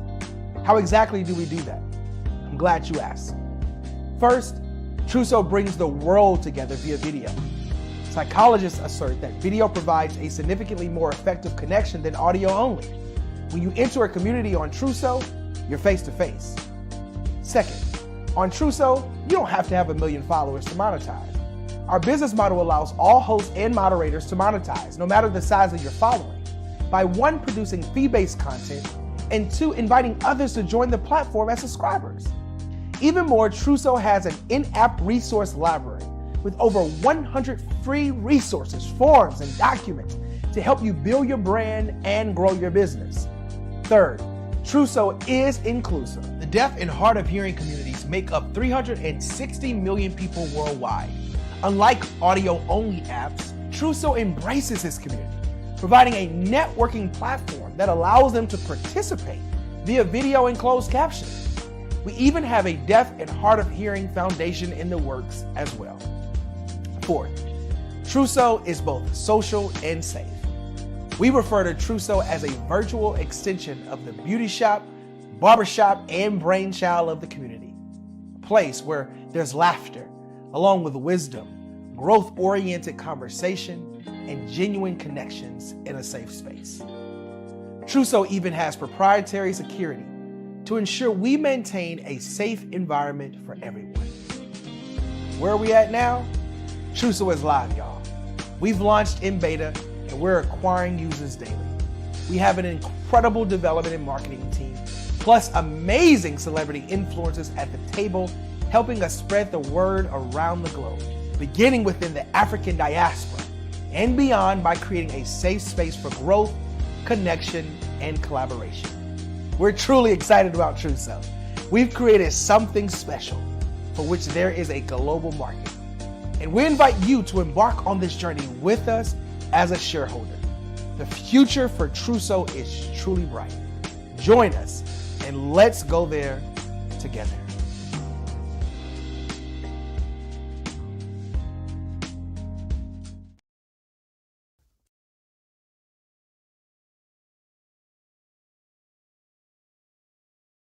Follow the Brand TV broadcast host, Grant McGaugh, as he visits with top executives and entrepreneurs to find out their secrets of success with their personal brand. Follow the Brand TV broadcast host as he focuses on brand development to build better relationships, bring value to your business, relationships, and career. You will enjoy listening to each episode that is tailored to speak to you directly. If you're looking for this type of clarity in terms of building your brand, you have tuned into the right station.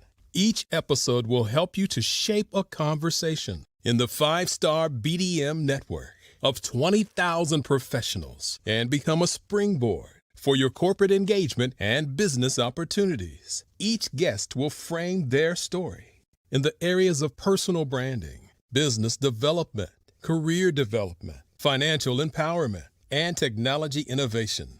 Grant McGaugh explains why he is the CEO and owner of his own professional career. Grant is an accomplished business leader and entrepreneur who wants to give back to individuals to grow their personal brand strategy.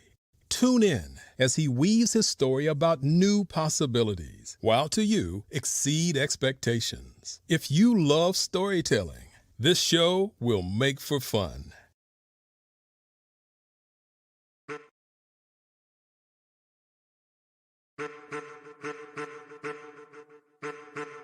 I am a child of the Most High God.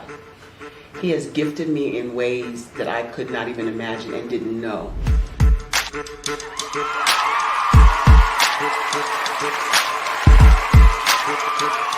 There was a time when I didn't know who I was. I listened to other people tell me who I should be, what I should do. I listened to people telling me that I should be a construction manager, that I should be a laborer. Have you ever felt like you should do something else, be something else, go somewhere else, be wherever you wanted to be, and you felt like you were in a box? Anybody in the room? And you couldn't get out. Anybody in the room? And you kept trying to go and you couldn't get out. Anybody in the room? But let me tell you, you need to rock the box. Rock the box.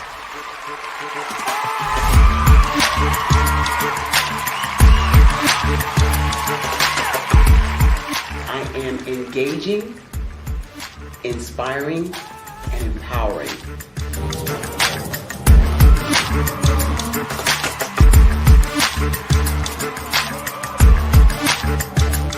I would give you everything I know.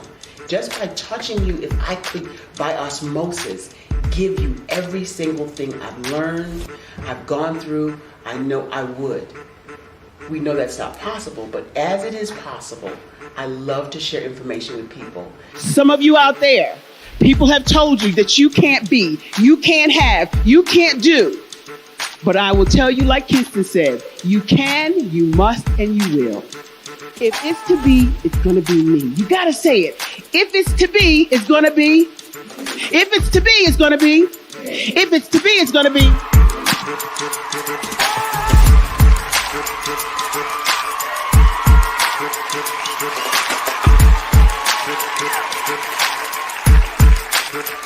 Barbara is because she believed what her mama said about her and not what other people told her.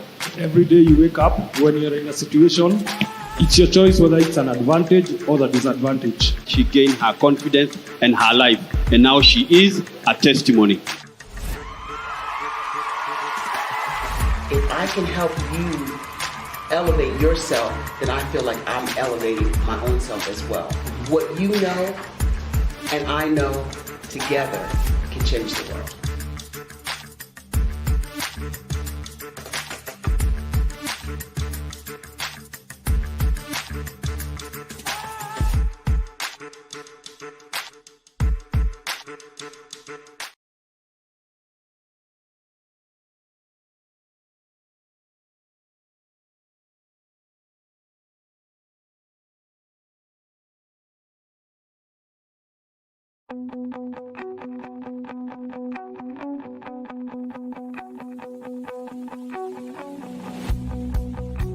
I am Black Business.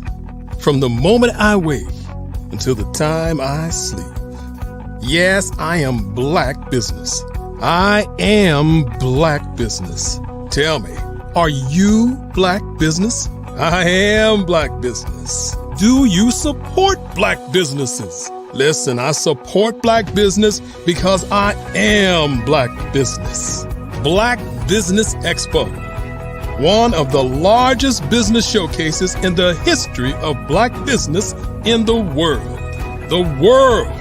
Sign up today at www.blackbusinessexpousa.com or call 919-308-9090. I am Black Business.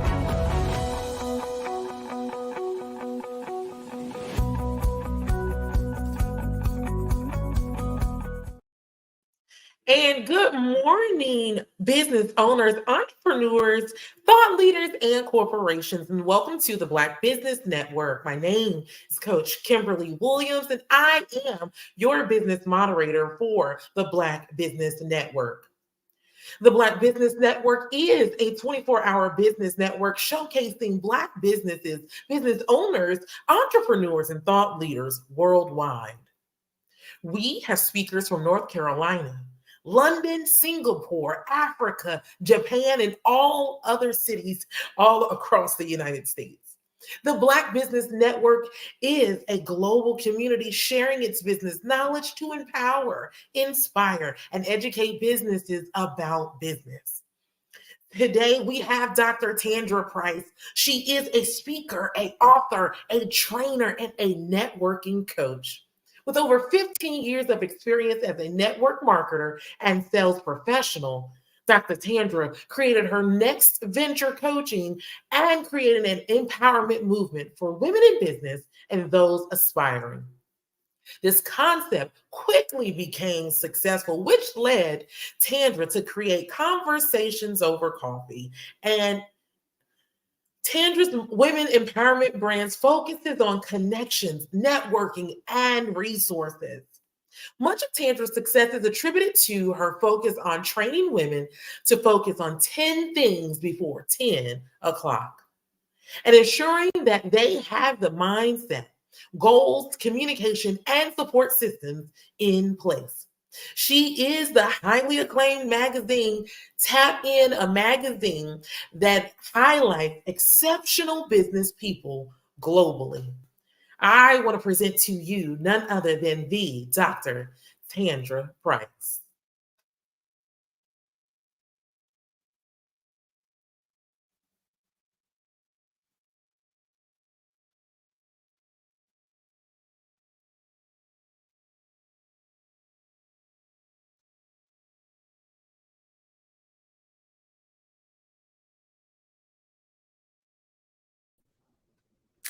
Hello, hello, hello. Thank you so much, Coach Williams. That was an amazing introduction.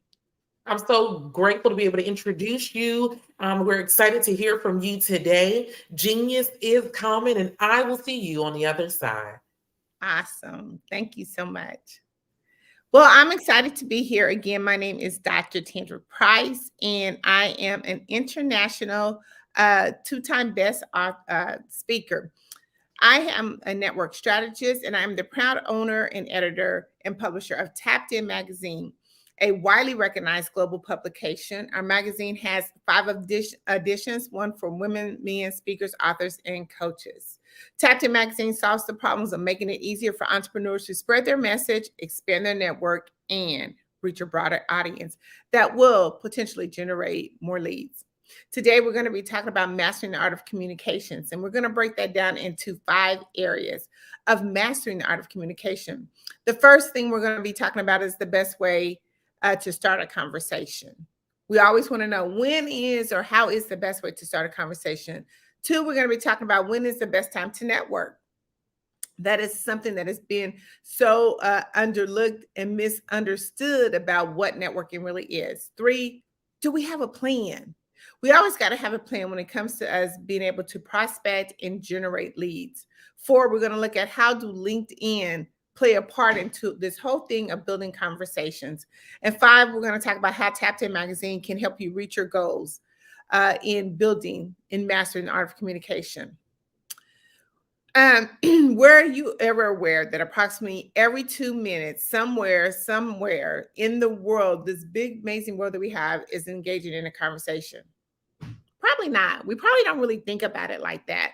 But in fact, we are really overlooking it because something is something that we do automatically. We start a conversation every day from the moment we wake up to the time that we go to bed. Can you imagine, again, how many conversations is taking place every 2 minutes?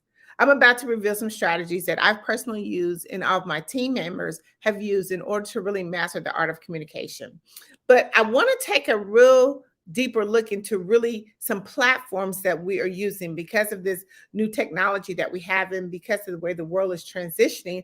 We have so many different platforms that allow us to really make our communication more effectively, quickly. And I want to just kind of talk with you about some of those. Some of these you may know, some of you have used, and some of them you may not. But let's kind of take a deep dive into it. The first platform we talk about is Facebook. Facebook has a wide audience that we can actually tap into. A lot of people use Facebook for, really just staying in contact with our friends and families. But we can also use Facebook as a way of really getting our message out to a whole different broader audience. We have the favorite thing, what we use is the telephone. We don't really have those home phones anymore. We used to hang on the wall, but now we have this handy thing that we call a cell phone that we carry. It is really a mini computer in our pocket, but guess what? It is so much powerful. It is a platform that can really get our message out. We do video chat, messaging apps, team chats, Instagram, Twitter, Skype, Google Meet, Zoom, Slack, WhatsApp, Streamline. I mean, these are some of the platforms that we use right now to effectively master the art of communication. It helps us to move it much quicker, much faster, and much effective. But a lot of times we really kind of take the misunderstanding of communication and networking. I like to just say we're having a conversation.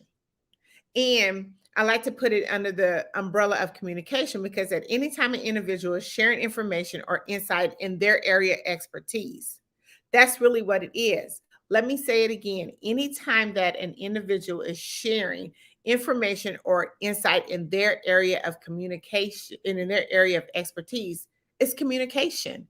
You can call it networking, but it's basically communication. How do we start just talking? How do we just have a general conversation? If you're in business and you sell products and services and you're trying to, tell a story, or even if you're trying to meet someone for the very first time, if you post anything on social media, it is a form of communication / networking.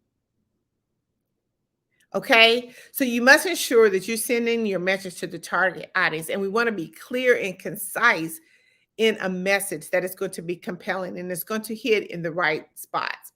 So let's talk about the first one. How do we start a conversation? What's some ways to start a conversation? So I'm going to give you maybe 10 quick ways of how to start a conversation. It's something that we do automatically. We really don't think about it, but it's something that we do all the time. The first one is how to introducing ourselves. When you introduce yourself or you ask others to do the same, it's something naturally. You walk up to someone in the store and you be like, hello, my name is Tandra Price. Or you go to a networking event. Hello, my name is Dr. Tandra Price. Glad to meet you. Glad to meet you. Sometimes we kind of just solidify the conversation or the introduction with a firm handshake, especially if you're in a professional environment. We just kind of want to seal the deal. This is me. I'm Dr. Tandra Price. The second one, we always want to ask questions. It's a good way to be a conversation starter. Asking questions prompts an immediate response. Anytime you ask a question, hey, how do you like this? Or this is something that you've been to before. It always prompts an immediate response and gets a conversation started. The third one is asking for advice or opinion. People love to be so helpful in asking for their advice or opinion on specific matters, on anything. It is such a good conversation starter because we want to be able to ask opinions of others, and they love to share it. People love to talk about themselves. They love to talk about their expertise, but they like it when people ask them a question. It makes them feel good in the inside. A compliment. We can always do a compliment and starting a conversation. It's kind of like an icebreaker because we're offering a genuine compliment to someone that makes that other person feel good.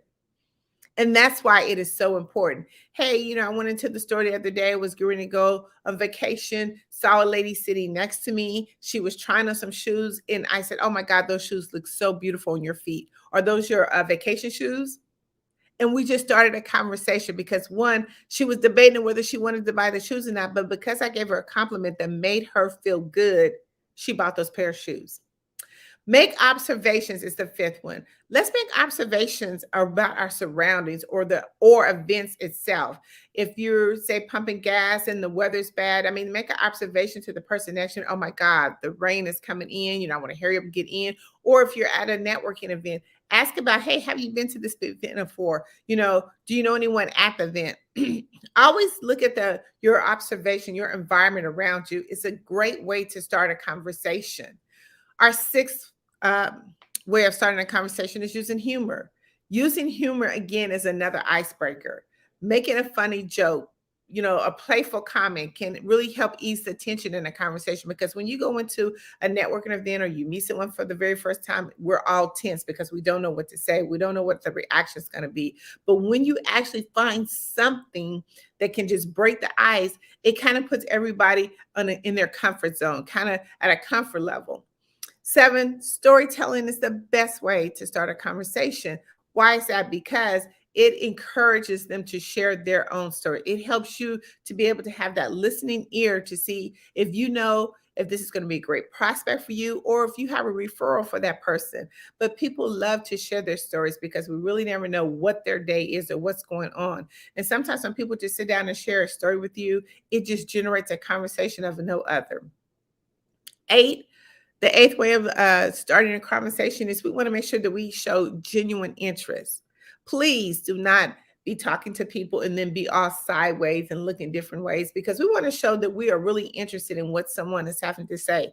They've taken the time to meet with you, to have a conversation with you. You want to be able to make sure that you respect that person's time, show interest. You can even demonstrate, a nod or a shake or even ask them questions could be able to show genuine interest because you're letting them know that you are paying attention. Number 9 best ways of starting a conversation is to share your experience, such as events you both attended or recent news items that are going on. Make the conversation engaging. Don't just make it a one-way conversation. It has to be a two-way conversation because that's how you get to know who your prospect is and if there is really a need. And 10, make sure that you're looking at current events before you go to a networking event or just in your daily routine. Find out what's going on in the world. Find out what topics are trending right now because believe me, it's a really good way to help you to start a conversation because most people, when you go into an environment, want to talk about what's going on. They want to talk about the latest trends that's happening. And if you can do one of those 10 things, it will be the great way to start a conversation to you going to your prospect. It is really a way for you to say, hey, you know what? I'm interested. And you want them to you want them to say the next question to you, hey, by the way, what do you do? And then you want to say, I'm glad you asked. So make sure you try to use those 10 things or 10 ways of starting a conversation. Sometimes we don't even really know that we're doing them because it's just automatically. I get this question all the time, which is our second topic we're going to talk about. When is the best time to network? I get it all the time. Again, I took networking and communications together because when you wake up in the morning to the time you go to bed, we are talking, we are communicating, we are exchanging information. So when is the best time to network? Right now. Right now, that's the best time to network. A lot of times, if you want to be on a more professional atmosphere, you can do it at social gatherings, conferences, expos, professional organizations, online platforms, before and after a presentation, when you do a one-on-one meeting, in between sessions. I mean, networking is going on constantly because you are having a conversation. But really, how do we master the art of communication when it comes to really having benefits from this? Again, we're always naturally talking. So it is something, a form that we do. We really don't look at it in these areas of breaking it down, but this is really how we do it. But there's so many benefits when you actually master the art of communication. One, it enhances your negotiation. It helps you to negotiate opportunities when you actually meet someone. Two, you're building that trust factor. People love to do business with people what? They know, like, and trust. But you're establishing trust over time. The more that you communicate, the more that you build, the more that you get yourself out there, the more that people know who you are and what you do, you are building trust, not only with your prospects, but you're building trust within your community. It's also another great benefit because successful networking helps you to engage with others. A lot of times you don't know really what's out there until you're actually having a communication or you're networking with someone. What are they doing? What are the latest things that's happening? What products and services are they doing? What new inventions are going on? It's a way of how you can really benefit from mastering the art of communication, because the more you talk, the more you engage, you're building stronger relationships. Again, it helps you build stronger connections. It helps you to understand and relate to others. And again, you're building a relationship. When you start conversation or building relationships with potential prospects, it's not a short term. It is a long term. And these are some of the benefits, because guess what? The next time that person sees you, they'll refer you to the next person. A lot of times we have our own walking billboards and we really don't even realize it. Why? Because we've mastered the art of communication. We have clearly told people, or clearly and confidently people know exactly what we do. So a lot of times we don't even have to be in the room in order for people to talk about us, to sell our products and services. And another thing, by mastering the art of communication and the benefits that you get, is loyalty and support. So you'll receive support from others in their time of need. Again, just as I was mentioning, when people know exactly what you do, how you do it, and how you serve other people, you are building that trust. You're building that loyalty and support with other people, and then they'll remember you from the next time. Some more benefits of networking. Communication is so important because, again, we're building long-term relationships. I feel like when you meet someone for the first time, let it sit and marinate, okay? We don't want to just throw a bunch of information at a person when we first meet them, because we don't know if they're going to be our client. Two, we don't know if we can help them. And three, you can refer them to someone else. And that's going to build that relationship. That's going to start building that know, like, and trust factor. So we have to really look at all the benefits of mastering the art of communication. So let's talk about just a few more benefits. It helps you to increase your visibility. It makes you more recognizable. It increases your chances of being considered for other opportunities.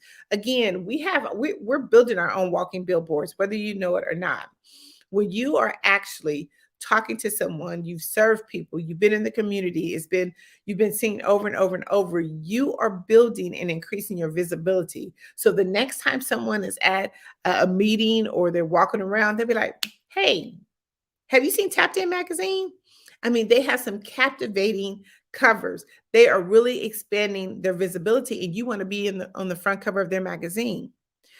Another way of benefiting from networking or communication, it gives you so many opportunities to collaborate. You have to look at partnership and joint ventures when we're building our business. We can't do this thing by ourselves. We have to have other professionals and experts out there. And one of the benefits of communication and networking is it builds such great collaborations, and it helps us to expand our reach and get into different avenues that we would have never gotten in before.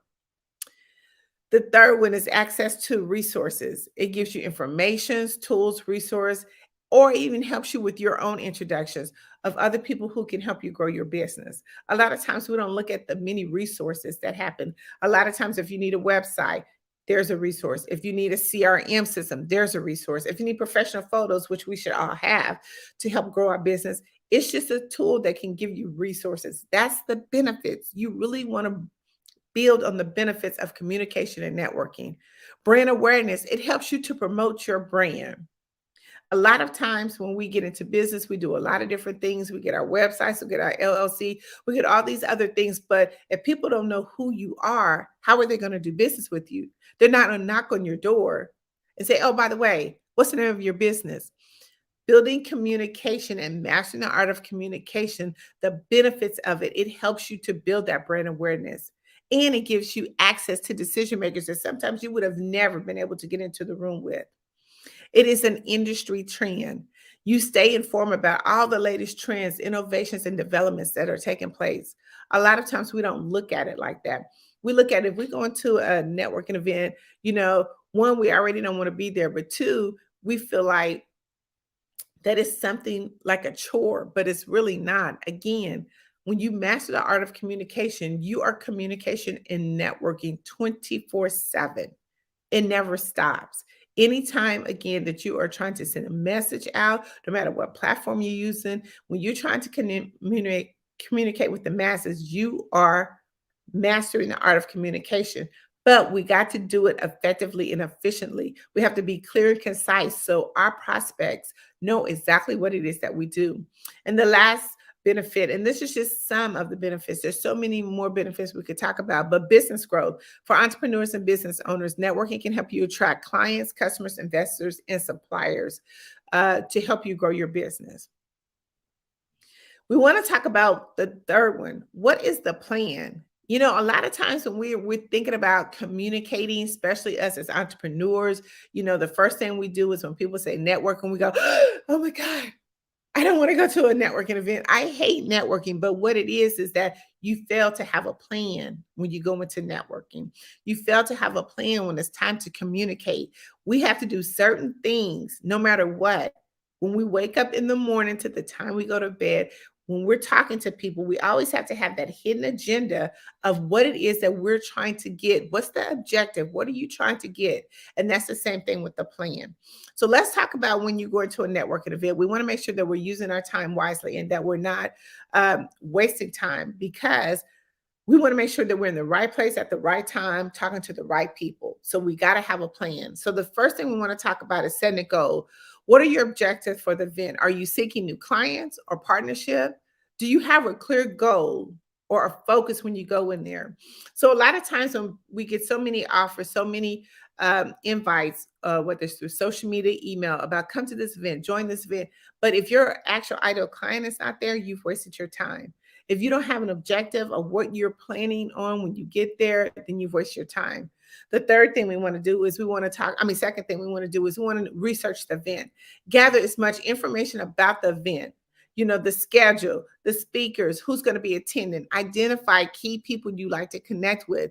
It will help you to avoid, again, wasted time at events. You want to make sure that you are using your time wisely and that your ideal clients is going to be at that event. We want to make sure that we prepare your introduction. The worst thing you could do when it goes into a networking event is that you're not prepared. We're not prepared. And really and truly, when you're networking for the next person. You're networking for your next client. But you got to be prepared with your introduction, because you don't want to lose any clients to come across to you that could really be that next $1 million client. So instead of focusing on selling, prepare. what you're going to say to make an impression. Make sure that it's conducive to the audience that you're speaking with. Prepare to make an impression. A lot of times we don't make that impression. We just kind of go in and we're just talking, and then we, throwing our business card out. But a lot of times people are not doing that. Let me tell you, when you go to networking events, people are not there to sell products and services. And that's why people get so upset or frustrated when it comes to networking, because you miss the key points. You miss the plan. You missed the plan that you were supposed to have prior to going to there. So bring essential materials, okay, when you go to networking. If you need your computer, a notepad, a pen, most importantly, ensure that your cell phone is fully charged. You can't go into a networking event and you have half a charge on your cell phone, because if you need to actually get somebody's information and your cell phone goes dead, guess what? They're not going to wait for you to go and charge it up. Trust me, they're not. So make sure that you have all the information, all the materials, essential materials that you need, the correct app. Make sure that all your information, even when you're doing electronic business cards, that it is all updated. Prospects are not going to go find you. They're just not. They want to make sure that you are the professional that you are and that you have all your information all wrapped up in one. So make sure that all your stuff is updated. Again, active listening. It is so important when you go into a networking event. Make sure that you're listening. We talked about that earlier. Make sure that you're listening. Pay attention. And here's the cue of why you really want to pay attention, because you want to make sure that you don't miss any key things that you can use to reference later down the road. You want to make sure that you're able to give all that good juice and information to the client that you need. And if you're not actively listening to that client, you don't have anything to remember by. You don't have any resource to say, oh, by the way, I remember this. And let me tell you, that's a huge point when you're actually connecting with people, because once you remember something, oh, that's so good. Make sure that you go in at least trying to connect with at least 5 people. Okay, don't leave a networking event if you have not at least connected with 5 people. It's really easy. Again, we just talked about making sure you have all the essential materials. Make sure that when you leave, ask the client the best way that you can connect with them. Or a matter of fact, say, hey, are you on LinkedIn? Are you on Instagram? I mean, pick one of those social media platforms that we talked about to see if they are connected on those, and then immediately connect with them. And let me tell you this, because within 24 hours, 24 to 48 hours, you will be forgotten about. That's why you have to do active listening to make sure that you can say, hey, you know what? That was a funny joke that you said. Or, hey, I used this, my next client that I used. Thank you for sharing that information with me. Always have something that's going to make an impression. Another easy way for you to connect with 5 people is every conference has a Facebook group. They all have Facebook groups because they're trying to grow their community. You can join in on that Facebook group, connect with 5 people. So even when you get to the event, it's not like an awkward situation that you have to go find people, because you can right there start connecting with those 5 people and say, hey, are you going to be at the event? Can't wait to meet you. Share information and then start looking them up. And then always make sure that you have a follow-up plan. Make sure that you have a plan to say, hey, we're going to go to coffee. We're going to do a virtual meeting. We're going to do something, because you will have wasted your complete time if you went to a networking event and you don't have a follow-up plan. Okay, that's when you do in-person events. Even if you're doing virtual events, create a comfortable setup. Make sure when you do your virtual events that it's comfortable, it's quiet, that you can pay attention, that you're not in a noisy background. 2, make sure that you have tested your technical tools. Make sure that your mics are working, everything is working, so that you're not missing any of that good information. 3, make sure that you take some notes.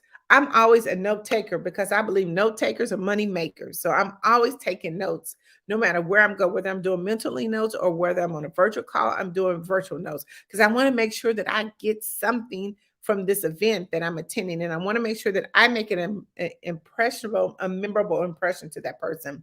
Another thing that you can do when you're on virtual events, please speak up, get on camera. Do not take a Zoom or virtual event and say, oh, by the way, I had a bad day, so listen, I'm not going to show my face. No, People want to do business with people who they see. And if they don't see you, let me tell you, 9 times out of 10, even when you do that virtual event, it's not going to be a follow-up call. So make sure that you are prepared to be virtually seen and to speak up. Even if you're in a group of people, make sure that you are speaking up. And two, and the last one, I'm sorry, on virtual events, share content, share something. Again, you should have done your research on the event. So therefore, you could be able to share some type of insight about what that event is to start generating up conversation. Remember, it is a two-way process. Real quickly, when you go to a networking event, I want to share the 8 type of networkers, and I'm going to go through this fairly quickly. One, the first type of networkers are the social butterfly. These are people that's always the most loudest in the room. They're talking, but these are the best kind of networkers that you want to be around, because guess what? They're going to help you get introduced. If you go to a networking event and you kind of like, I'm like that introvert person, don't want to talk, but if you get in a crowd with social butterflies, they are more apt to help you. They are focused more on building relationships and enjoying the social event to help you feel comfortable and connected. The second type of networker is the expert or the business promoter. These are the type of networkers that are highly knowledgeable in their field and possess valuable insight as an expert. They attend these events because they're primarily promoting their own business, but they're sharing valuable information. The fourth one is like, I call them the FOMO, don't want to be left out. These are the type of networks that attend events just to gather the information and insight, to ask questions and to get like engaged information. They just kind of want to know what the latest gossip is. I say the fifth networker is the buffet eaters. There's always going to be a buffet eater at a networking event, because most people sometimes just go for the food. They don't really go for the conversation. It's an after hour event. Listen, some people don't want to go home and cook, so they go to the networking event for the buffet. But remember, the conversation starts at the back of the line, not the front of the line. You can get all the information. The sixth type of networker is the walker or connector. These are people that just the type of just focus on building relationship and connecting with people. They're primarily just seeking out opportunities and to introduce individuals and make referrals. Those are the type of people. But then you have your digital networkers, where they're utilizing online platforms. A lot of times they're just in there and they're going to talk. All they're going to say is what social media platform you're on. They're going to search you out on that platform and see if you are an ideal candidate. And the last one, which is the 8th type of networker, is just a goal strategist. Listen, they on a mission. They have a mission to at least get those 5 contacts, make an impression, and they're going to make sure that they do a follow-up. So when you go to a networking event, I kind of shared 8 type of networkers.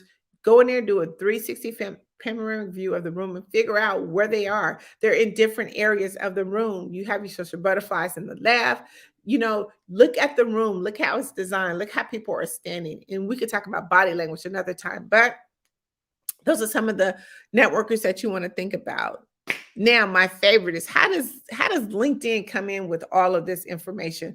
I'm going to go through this really quickly with you so you can understand just how LinkedIn really plays a part in this, because LinkedIn has over 810 million users.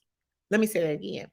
800, and it's probably more at this time, but 810 million users on LinkedIn. And did I mention it was a free? Let me say it again, a free platform to use. But when you master the art of communication on LinkedIn, it is so important because you have all your decision makers on there. You have people who are looking to do business with you on LinkedIn. So it's so important that you master these arts of communication when it comes to your LinkedIn. One, make sure that you have a professional profile picture. It needs to be professional, not no selfie that has a bunch of stuff in the background. I mean, your face is looking approachable, you're smiling. It is truly a professional picture. You want to make it a positive first impression. Remember, we only have just a few seconds to make that first impression. 2, you want to make sure that your headline or your border is clear and concise, that it says what your role is in your industry. A lot of times, don't use stock footage, because if I look on your LinkedIn and I see stock footage, I don't even know what you do. What is this? It's a pretty stock footage, but it says nothing about who you are and what you do, because at the half mark of that LinkedIn profile, they're not going down a lot further, not unless it's engaging. Not unless your profile can keep the conversation going, are they going to go further down. 3, make sure that you have your highlights done. Put your videos, reels, and even effective posts. Make sure that you put your most important information that you want your clients or prospects to see on your LinkedIn page. Remember summary, highlights on your strengths, and provide a glimpse of your professional journey. Don't put anything else on there that is not talking about how you can help your potential prospects solve their problem. Your experience, a lot of us are entrepreneurs, so be detailed about your entrepreneurial experience. Focus on your accomplishments and specific results. Prospects love that because if they have a problem and they look you up, they want to know that you're the key person that can help them. Your skills, list skills that are relevant to your expertise. Even get some endorsements from the people who you're connected with. It helps you to boost up your ratings within your LinkedIn profile. Talk about education, include education and highlight your degrees, things that you've done in the community. Put different type of stuff on there that will help them to identify why they need to work with you. A lot of times we leave out certifications. Put anything on there that you've gotten a certification in. Recommendations, they love it. Look at your list of people that are part of your LinkedIn and get recommendations. Another thing is, what do you do? Like sometimes once your profile is done really good and professionally, and your prospects wants to know a little bit more about you, they look at what kind of volunteer experience that you have, what kind of causes that you are a part of. Make sure that you put something in there, because as all entrepreneurs, we need to have a cause and we need to be able to serve. And serving is doing volunteers. Your media attachment, include any relevant images, news, press release, magazines like Tapped In magazine that you have been in. Showcase your work. And then lastly, engage and network.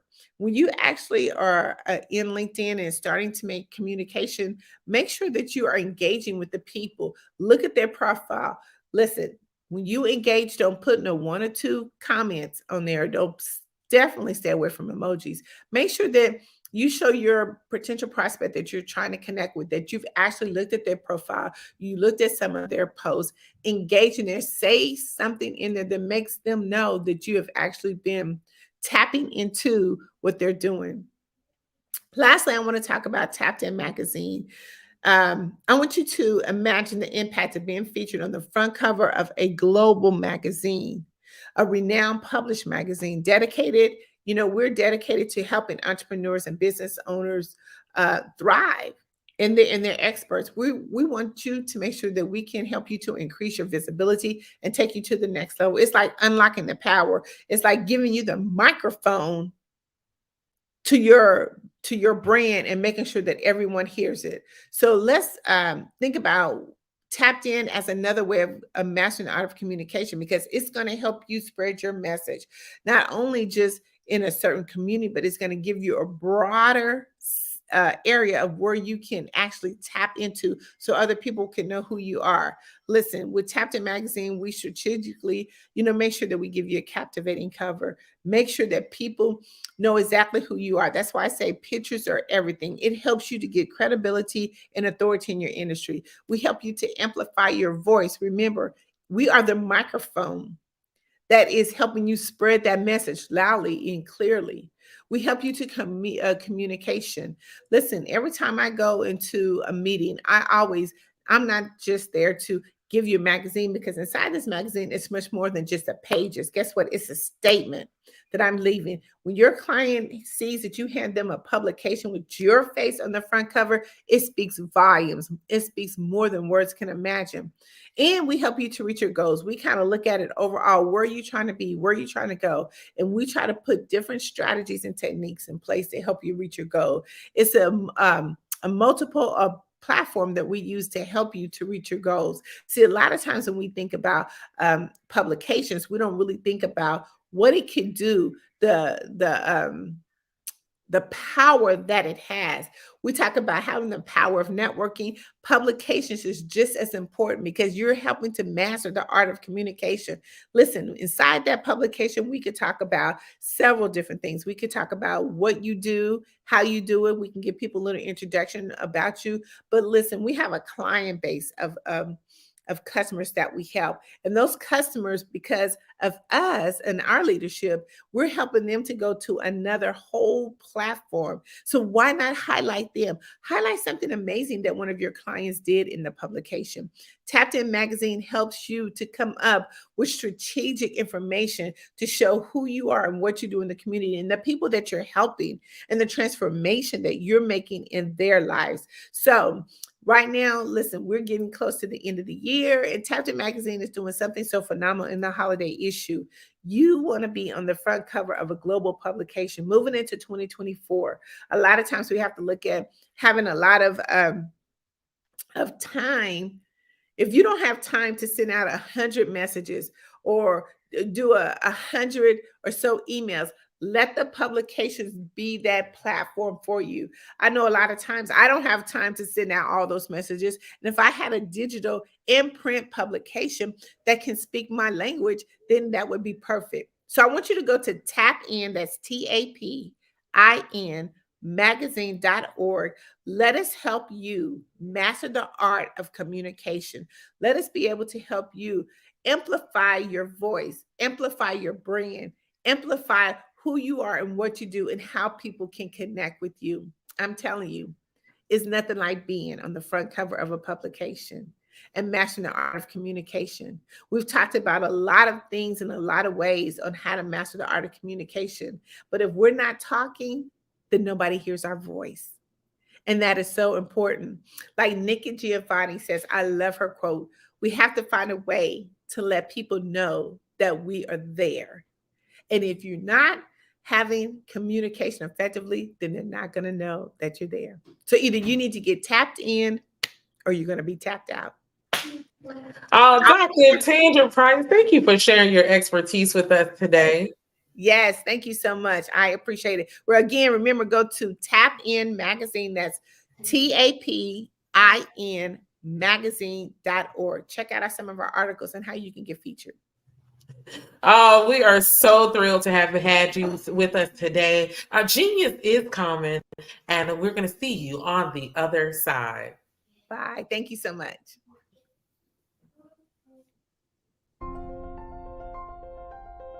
What if you could build your own city? A place where every child can find nurturing people to help them achieve their full potential. A place where every adult can access job training support. Where health education is abundant. Where social justice ruled the land. A place without limitations. Welcome.